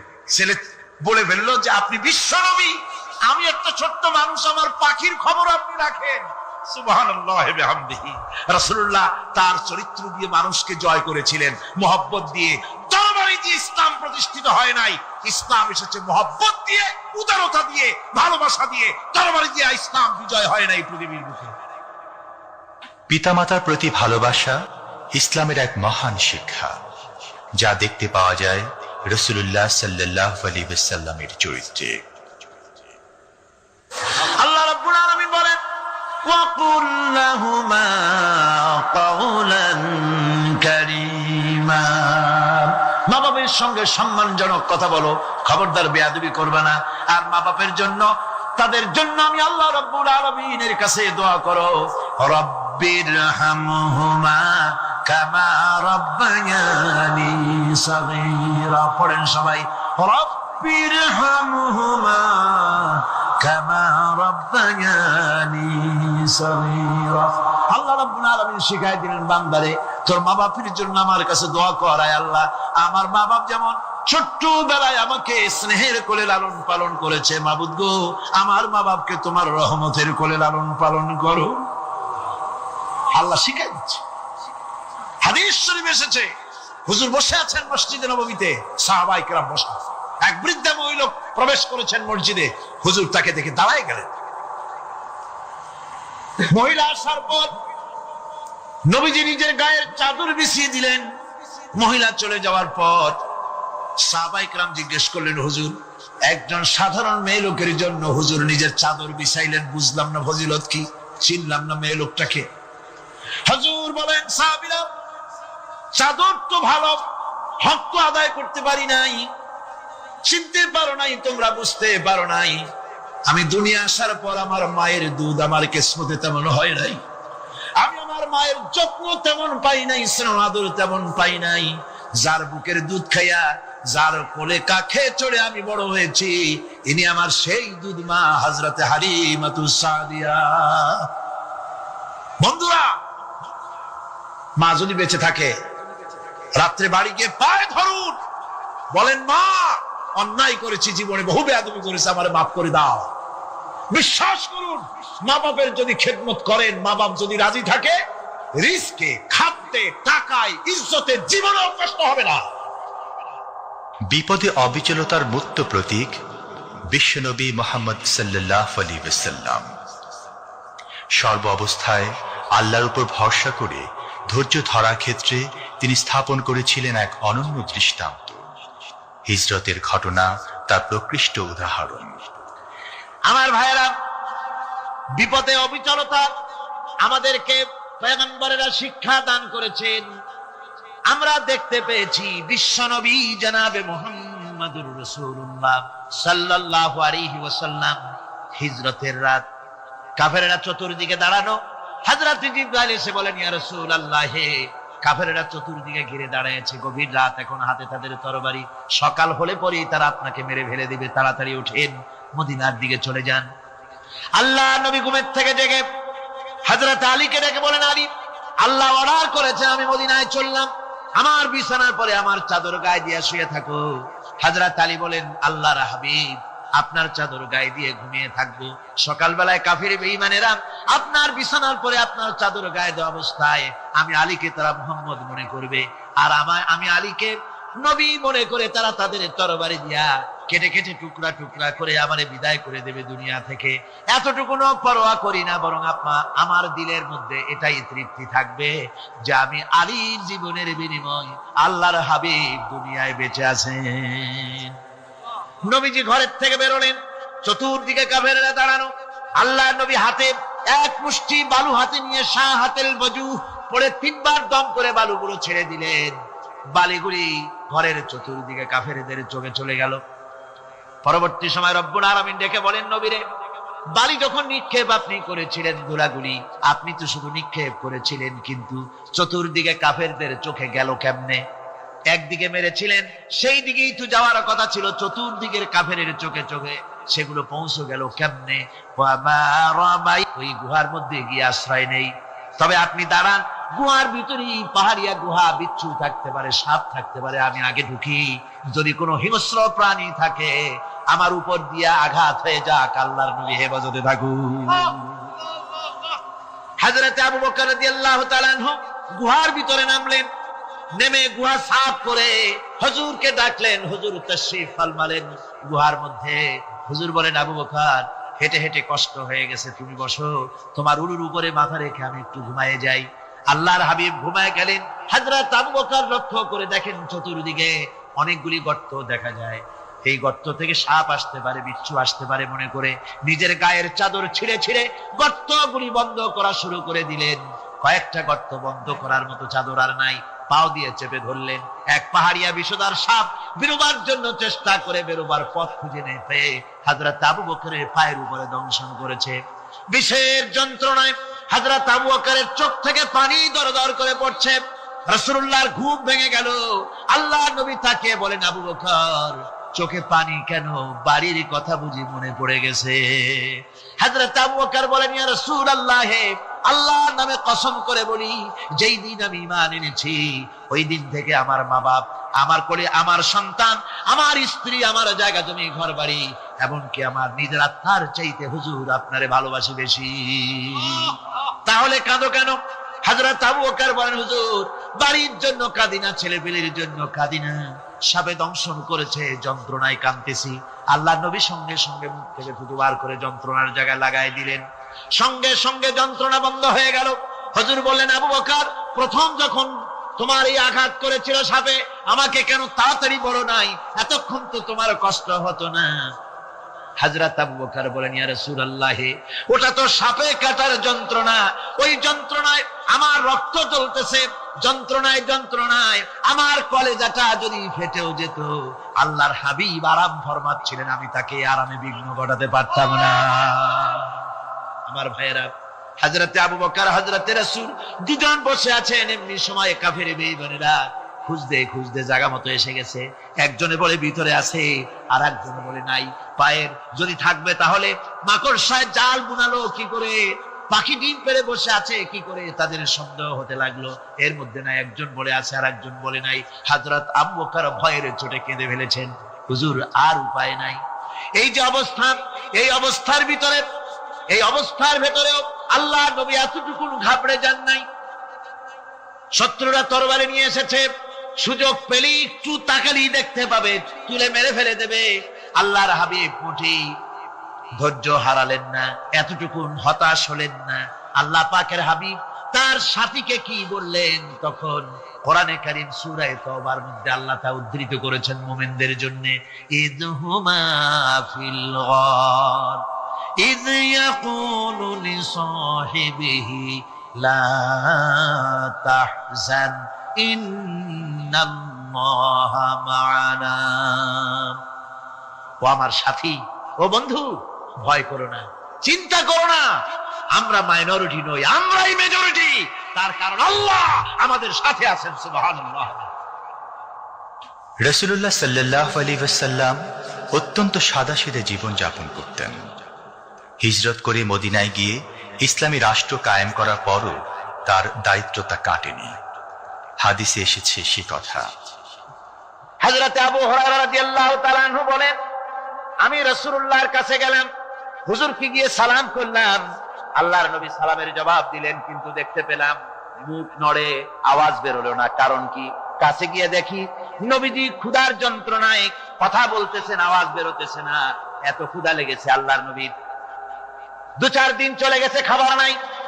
রাসূলুল্লাহ সমস্ত গনিমতের মাল, যাকাত সদকার মালগুলি, খাদ্য দ্রব্যগুলি 2 হাতে বিতরণ করেছেন। নিজের পেটে খাবার নাই, মানুষকে দিতেছেন। দিতে দিতে এশার নামাজ পড়ে নবীজি ঘরের মধ্যে প্রবেশ করে হযরত আয়েশা সিদ্দিকা রাদিয়াল্লাহু তাআলা আনহাকে ডেকে বলেন, আয়েশা রে, সারাদিন কষ্ট করেছি, দারুণ ক্ষুধা লেগেছে, তাড়াতাড়ি করে কিছু খাবার আমারে এনে দাও। হযরত আয়েশা হুজুরের ক্ষুধার্ত শ্রান্ত ক্লান্ত চেহারার দিকে তাকাইয়া হযরত আয়েশা কেঁদে ফেলেছেন। হযরত মা আয়েশা কাঁদেন আর বলেন, ইয়া রাসূলুল্লাহ, হে আল্লাহর নামের কসম করে বলি, আমি আয়েশার ঘরে কোনো পানি ছাড়া কোনো খাবার নাই। এই ছিল রাসূলের আদর্শ। হাদিস শরীফে এসেছে, আল্লাহর নবী বলেন, তোমরা যদি রাষ্ট্রীয় ক্ষমতায় যাও, বাড়ি না থাকলে সরকারি খরচ একটা বাড়ি নিতে পারো। তোমার যদি যানবাহন না থাকে, সরকারি খরচে যানবাহন নিতে পারো। ছেলে মেয়ের কাপড় চোপড়, লেখাপড়া, শিক্ষা চিকিৎসার জন্য যদি না থাকে, তাহলে তুমি সরকার থেকে নিতে পারো। কিন্তু এর থেকে 1 চুল পরিমাণ যদি পাও বাড়াও, সরকারের মাল জনগণের মাল, এর থেকে প্রয়োজনের বাইরে যদি তুমি নিজের জন্য নিতে থাকো, কিয়ামতের দিন আল্লাহর দরবারে চোরের কাতারে তোমারে দাঁড়ানো লাগবে। দুনিয়ায় যত সম্মান পাও না কেন, কিয়ামতে আল্লাহর দরবারে কিসের কাতারে দাঁড়াবে? চোরের কাতারে দাঁড়াতে হবে। রাসূল পাক সাল্লাল্লাহু আলাইহি ওয়াসাল্লাম এমন এক সমাজ কায়েম করেছিলেন। আমার হতাশাগ্রস্ত ছাত্ররা, যেসব ছাত্ররা সমাজতন্ত্র তোমরা করো, যারা সমাজতন্ত্র করতে হতাশাগ্রস্ত হয়েছে, এখন যাব কোথায় বলে হতাশ হয়ে গিয়েছো তোমরা, আমরা তোমাদেরকে দাওয়াত দেই, কোরআনের মাহফিল থেকে দাওয়াত দেই, ফিরে আসো। হতাশ হওয়ার কোনো কারণ নাই। লেনিন মরার, ও মরে গেছে। কার্ল মার্কস মরার, মরে গেছে, পচে গেছে, গলে গেছে, দুনিয়া থেকে শেষ হয়ে গিয়েছে। আল্লাহর নবীর নেতৃত্ব, সূর্য যতদিন উঠবে আর ডুববে, নবীজির নেতৃত্ব শেষ হবে না। ওই নেতৃত্বে আসো, রাসূলের নেতৃত্ব মেনে নাও, কোরআনের শাসন মেনে নাও, তাহলেই শান্তি পাবে তোমরা।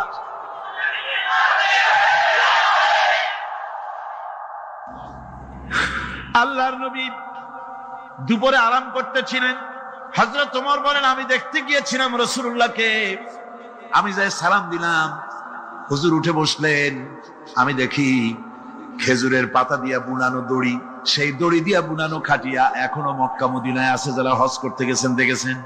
ওই দড়ি দিয়া বুনানো খাটিয়া, ওর উপরে তোশক নাই, বিছানার চাদর নাই, নিজের হাত মোবারক মাথার তলে দিয়া রাসূল শুয়ে আছেন। ওমরকে দেখে হুজুর উঠে বসলেন। ওমর বলেন, আমি রাসূলের পিঠের দিকে তাকায় দেখি দড়িগুলোর দাগ কেটে আছে। আমি সহ্য করতে পারলাম না, আমি শিশুর মতো ডুকরি কেঁদে উঠলাম, বললাম, ইয়া রাসূলুল্লাহ, এই পৃথিবীর কাফির বেঈমানেরা এত শান্তি করলো দুনিয়ায়, আর আল্লাহর হাবিবের পিঠে দড়ির দাগ বরদাস্ত করতে পারছি না। আপনি আমারে অনুমতি দেন, একটা তোশক আপনার জন্য বানায় দেই। হুজুর আমার বলেন, ওমর রে, শোনো, দুনিয়ায় শান্তি করার জন্য আমি আসি নাই। আমি যদি হুকুম করি উহুদ পাহাড় আমার জন্য সোনায় পরিণত হয়ে যা, উহুদ পাহাড়টা আমার জন্য সোনা হয়ে যেতে পারে। আমি দুনিয়ায় শান্তির জন্য আসি নাই, এসেছি মানবতার মুক্তির জন্য। পৃথিবীর মানুষগুলিকে বাঁচাতে এসেছি, সাদা কালো মানুষের ব্যবধান দূর করতে এসেছি।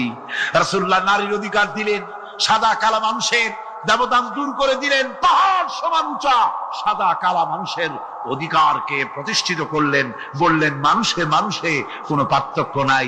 আরবের উপরে অনারবের, অনারবের উপরে আরবের, ভাষার, সাদার উপরে কালোর, কালোর উপরে সাদার, কোন বর্ণ বৈষম্য ইত্যাদি দিয়ে মানুষের ফজিলত হয় না। মানুষের মর্যাদা বাড়ে। ইন্না আকরামাকুম ইনদাল্লাহি আতকাকুম, মানুষের মধ্যে মর্যাদা তোমাদের মধ্যে আল্লাহর কাছে তার যে ব্যক্তি তোমাদের মধ্যে আল্লাহকে বেশি ভয় করে। সুবহানাল্লাহ কর, সুবহানাল্লাহ কর। আমার ভাইয়েরা, নবীজি মদিনা মুনাওয়ারায় ইসলামী রাষ্ট্রের রাষ্ট্রপ্রধান হয়েছেন। আজ বাজারে যেতেছেন, যাওয়ার সময় ডেকে ডেকে বলেন, বিধবাদের বাড়ির সামনে দিয়ে যায়, তোমাদের বাজার লাগবে নাকি?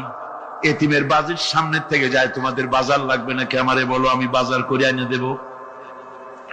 নিজের পেটে খাবার নাই, দুয়ারে দুয়ারে খাবার পৌঁছে গেছে, খাবারের অভাব নাই, মানুষ খাওয়া পেয়েছে, পড়া পেয়েছে, চুরি ডাকাতি বন্ধ হয়ে গেছে। হুজুর বলেন খায়রুল কুরুনে কারনি, সর্বশ্রেষ্ঠ যুগ আমার যুগ। সুদ বন্ধ হয়ে গেল। রাসূলুল্লাহ বললেন সুদ আর চলবে না, হারাম। সুদ বন্ধ হয়ে গেল। হুজুর ব্যাংক চালু করে দিলেন। ব্যাংকের নাম হলো বাইতুল মাল। তো আমার ছাত্র ওদের বাপ চাচা সব দিয়েছি আইছি, বা আমাকে বলছে সাহেব আপনি আসেন, মাশাল্লাহ আমার বিবিকে নিয়ে গেছি, যেখানে গেছি গলার তাবিজ নিয়ে গেছি। স্ত্রী আমার গলার তাবিজ মুর্শিদ, কথা ঠিক আছে না? এই খেলার শস্যর তেল মাহানু মৌলবী রাখছো কাইমা,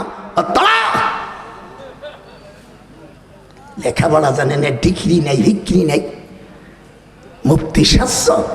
দেখবেন সেদিন এক মুফতি নামাজ পড়তেছে, জুমার নামাজ তো মসজিদে, ফিরে আবার দৌড়াইছি না, হাত উঠাইছে এই পর্যন্ত,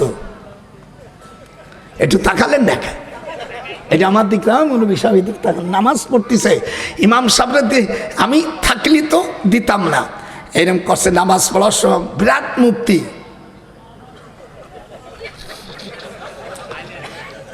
মৌলবী এই দেখো তুমি মিশকাত শরীফ পড়ছো? বলে হ্যাঁ। বাবু কিতাবুস সিফাতুস সালাত পড়েছো? বাবু কিতাবুস সিফাতুস সালাত ৭৬ পৃষ্ঠা ২০ লাইন পরে ওয়াইল ইবনে হাজার থেকে রাওয়ায়াত ইলা শাহমাতি উজুনাইহি, আমার সাথে পড়ো, ইলা শাহমাতি, হাত উঠেছ দেখায়, ইলা শাহমাতি উজুনাইহি, আমার দিক তাকান, ইলা হরফেজর, শাহমাতিন মানে কানের লতি, উজুন উজুন মানে কান। এই কানের ১৪০টা আরবি আছে, ১৪০টা অংশ মিলে কান, তার নিচে এই যে জিটু লতিয়ের আরবি হলো শাহমাতুন। শাহমাতুন হুজুর বলেন ইল্লামা উম্মালাতাইন, বলো ইল্লামা উম্মালাতাইন ইয়ারফাউ ইলা শাহমাতি উজুনাইহি, ইলা শাহমাতি, ইলা হরফে জার, শাহমাতি মাজরুর, জার মাজরুর মুতাআল্লিক কর, বৃদ্ধ আঙ্গুল কানের লতি পর্যন্ত ঠেকাও। আল্লাহর নবী বললাম ওয়াইল ইবনে হাজার, হুজুর সাল্লাল্লাহু আলাইহি সাল্লামের আপন ফুফাতো ভাই, হুজুরি ৩ বছর ও ৬ মাসের বড়, অন্য রায়াতের মধ্যে আছে ৮ দিনের বড়। নামাজ যখন পড়বে বৃদ্ধ আঙ্গুল, তুমি লামুজাবি হও, হানাফি হও, তাবলিগ পার্টি হও, আর পিরিদ হও, মালিকি হও, আর যাই হও, হুজুর বলেন বৃদ্ধ আঙ্গুল কান পর্যন্ত উঠাইতে হবে। মুফতি সাহেব তুমি নামাজ পড়ার সময়, আমার দিক তাকান, ঘাড়ে খাড় তৈরি করছে, এ মূর্খ মৌলবী, তোদের সায়স্ত করা দরকার, অসভ্য, কোরআন জানিস না, হাদিস জানিস না, নামাজ সকলের নামাজ নষ্ট করে দেশ দেই নাই। এইদিক তাকান না কেন, এইদিক তাকান, আমরা হলো এটুক উঠবে মেয়েরা, হুজুর বলে ইয়ারফাউ ইলা মানকাবাইহি, মেয়েরা যখন হাত উঠবে হুজুর বলেন কাঁধ পর্যন্ত উঠবে। আপনার দেশে মৌলবীরা কি কয় তা আল্লাহ জানি না। ডক্টর নজরুল আসছে, মদিনা বিশ্ববিদ্যালয় পড়েছি, মিশরে পড়েছি, তার আগে প্রথম দারুল উলুম দেওবন্দে পড়েছি। বেড়া লেখা জানো না, পড়া জানো না, মেয়েরা হুতবে হাত উঠো কাঁধ পর্যন্ত, যখন কোন পর্যন্ত, কথা বলে না, কথা বলছে, মেয়েরা কোন পর্যন্ত, কাঁধ পর্যন্ত।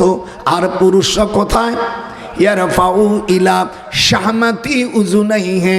এই হাদিসটা আমিয়া মিশকাতুল মাসাবি, অরিজিনাল আরবি খণ্ড, বাংলাদেশে হিন্দুস্তানের নকশা ৭৬ পৃষ্ঠার মধ্যে আসছে। বাবু সালাতু আইসিং, বাবু সিফাতু সালাত অধ্যায়ের মধ্যে আনওয়াইল ইবনে হাজারের শেষের হাদিস ইলা শাহমাতি উজুনাইহি। জীবন ভরে নামাজ পড়ছো, সব নামাজ গোল্লাই গেছে।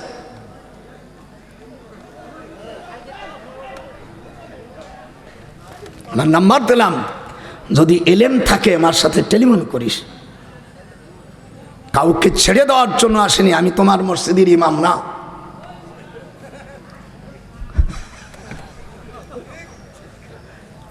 আলে হাদিস ভাই হন আর হানাবি হন আর মালাইকা হন। হুজুরি হাদিসের সময় কইছে নাকি এইটা হানাবি, এইটা মালিকি, এইটা লামুজাবি, এই বলছে নাকি? বেটা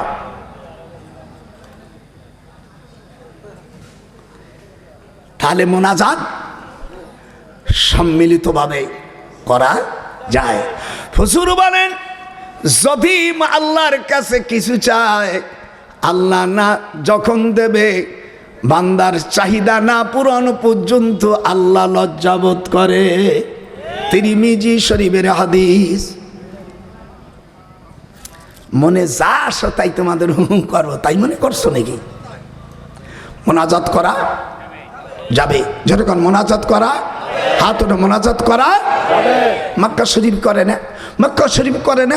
এই দেশেতে নিয়ত করি যে সে ঢাকার থেকে আমরা এহরাম বাঁধে যাই, যাইয়া ওই যাইয়া যে বাসা ভাড়া করে সে গাড়ি গুটটা থুইয়া ওই এহরামের কাপড় নিয়ে আমরা তপ করি। তপ করা ফরজ, তপ করা ফরজ বাদ দিয়া তোমার মুস্তাহাব নিয়ে লাভালাভি করবো নাকি? এই জন্য করে না। তারপরে আসার পরে এই দেশে উঠে এই মসজিদে এইগুলো গিরিয়ে গেছে। আমি সেদিন গোপালগঞ্জে বলছি, ওরা বলছে সিরাতুন নবী, মানে সিরাতুন নবী গেলি তো মিলাদ বাদ যাবে, আর মিলাদুন নবী হলেই তার মধ্যে সিরাত আছে। বলিয়ে দিছি একেবারে, মানে কাউকে ডেয়ার করিনি, আমার এলেমের অভাব নাই। ডোন্ট কেয়ার, আর একটা আমার সামনে এবার পড়তে পারবে না।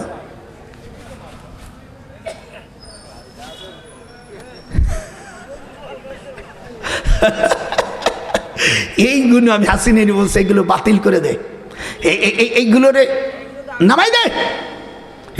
এইগুলো দেশটাকে ধ্বংস করেছে, এটা জাতির কীট।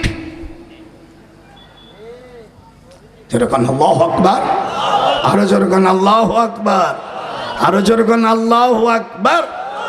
এবার আমি যে হাদিস পড়ছিলাম সেখানে যাই। ওই যে উম্মে ফজল মনে আছে? হুজুর সাল্লাল্লাহু আলাইহি সাল্লামের চোখ দিয়া আইনা রাসূলুল্লাহ সাল্লাল্লাহু আলাইহি ওয়াসাল্লাম তুহরিকাত দুমুআ। হুজুরের চক্ষু মুবারক দিয়া রক্ত প্রবাহিত হচ্ছে। রাবি বলেন আমার পিতামাতা আপনার উপর কুরবানি হোক। একটুবার হুজুর দেখতেছি ওয়াতানি বি তুরবাতিম মিন তুরবাতিহি হামরা। যেইখানে ইমাম হযরত হুসাইন রাদিয়াল্লাহু তাআলা আনহু শাহাদাত বরণ করবে, সেই জায়গা থেকে লাল রঙের মাটি আল্লাহর হাবিব বলেন আমার সামনে আনি উপস্থিত করেছে। ওয়াতানি বি তুরবাতিম মিন তুরবাতিহি হামরা। একটু জোরে করুন আল্লাহু আকবার, নারাই তাকবীর। হায়রে মুসলমান পাইলাম নারাই তাকবীর। বঙ্গবন্ধু নিজেও নারাই তাকবীর বলেছে। আমার কাছে শোন, 93 বছর বয়সের বুড়া আমি আজকের কুদি নাই। আমার গ্রামে আমার চাইতে বয়স্ক মানুষ আর নাই, পড়ে গেছে। 93 বছর বয়সের বুড়ো টান শুনিছি, দাঁত সবই এখনো আছে, ডায়াবেটিস হয় নাই। যে কাজ করলে ডায়াবেটিস হয় কোরআন ছুঁয়ে বললাম তা জীবনে কোনোদিন করি নেই।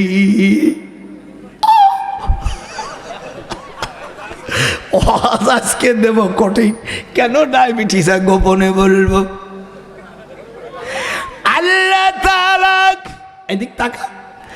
এইবার কখন হযরত ইমাম শাহাদাত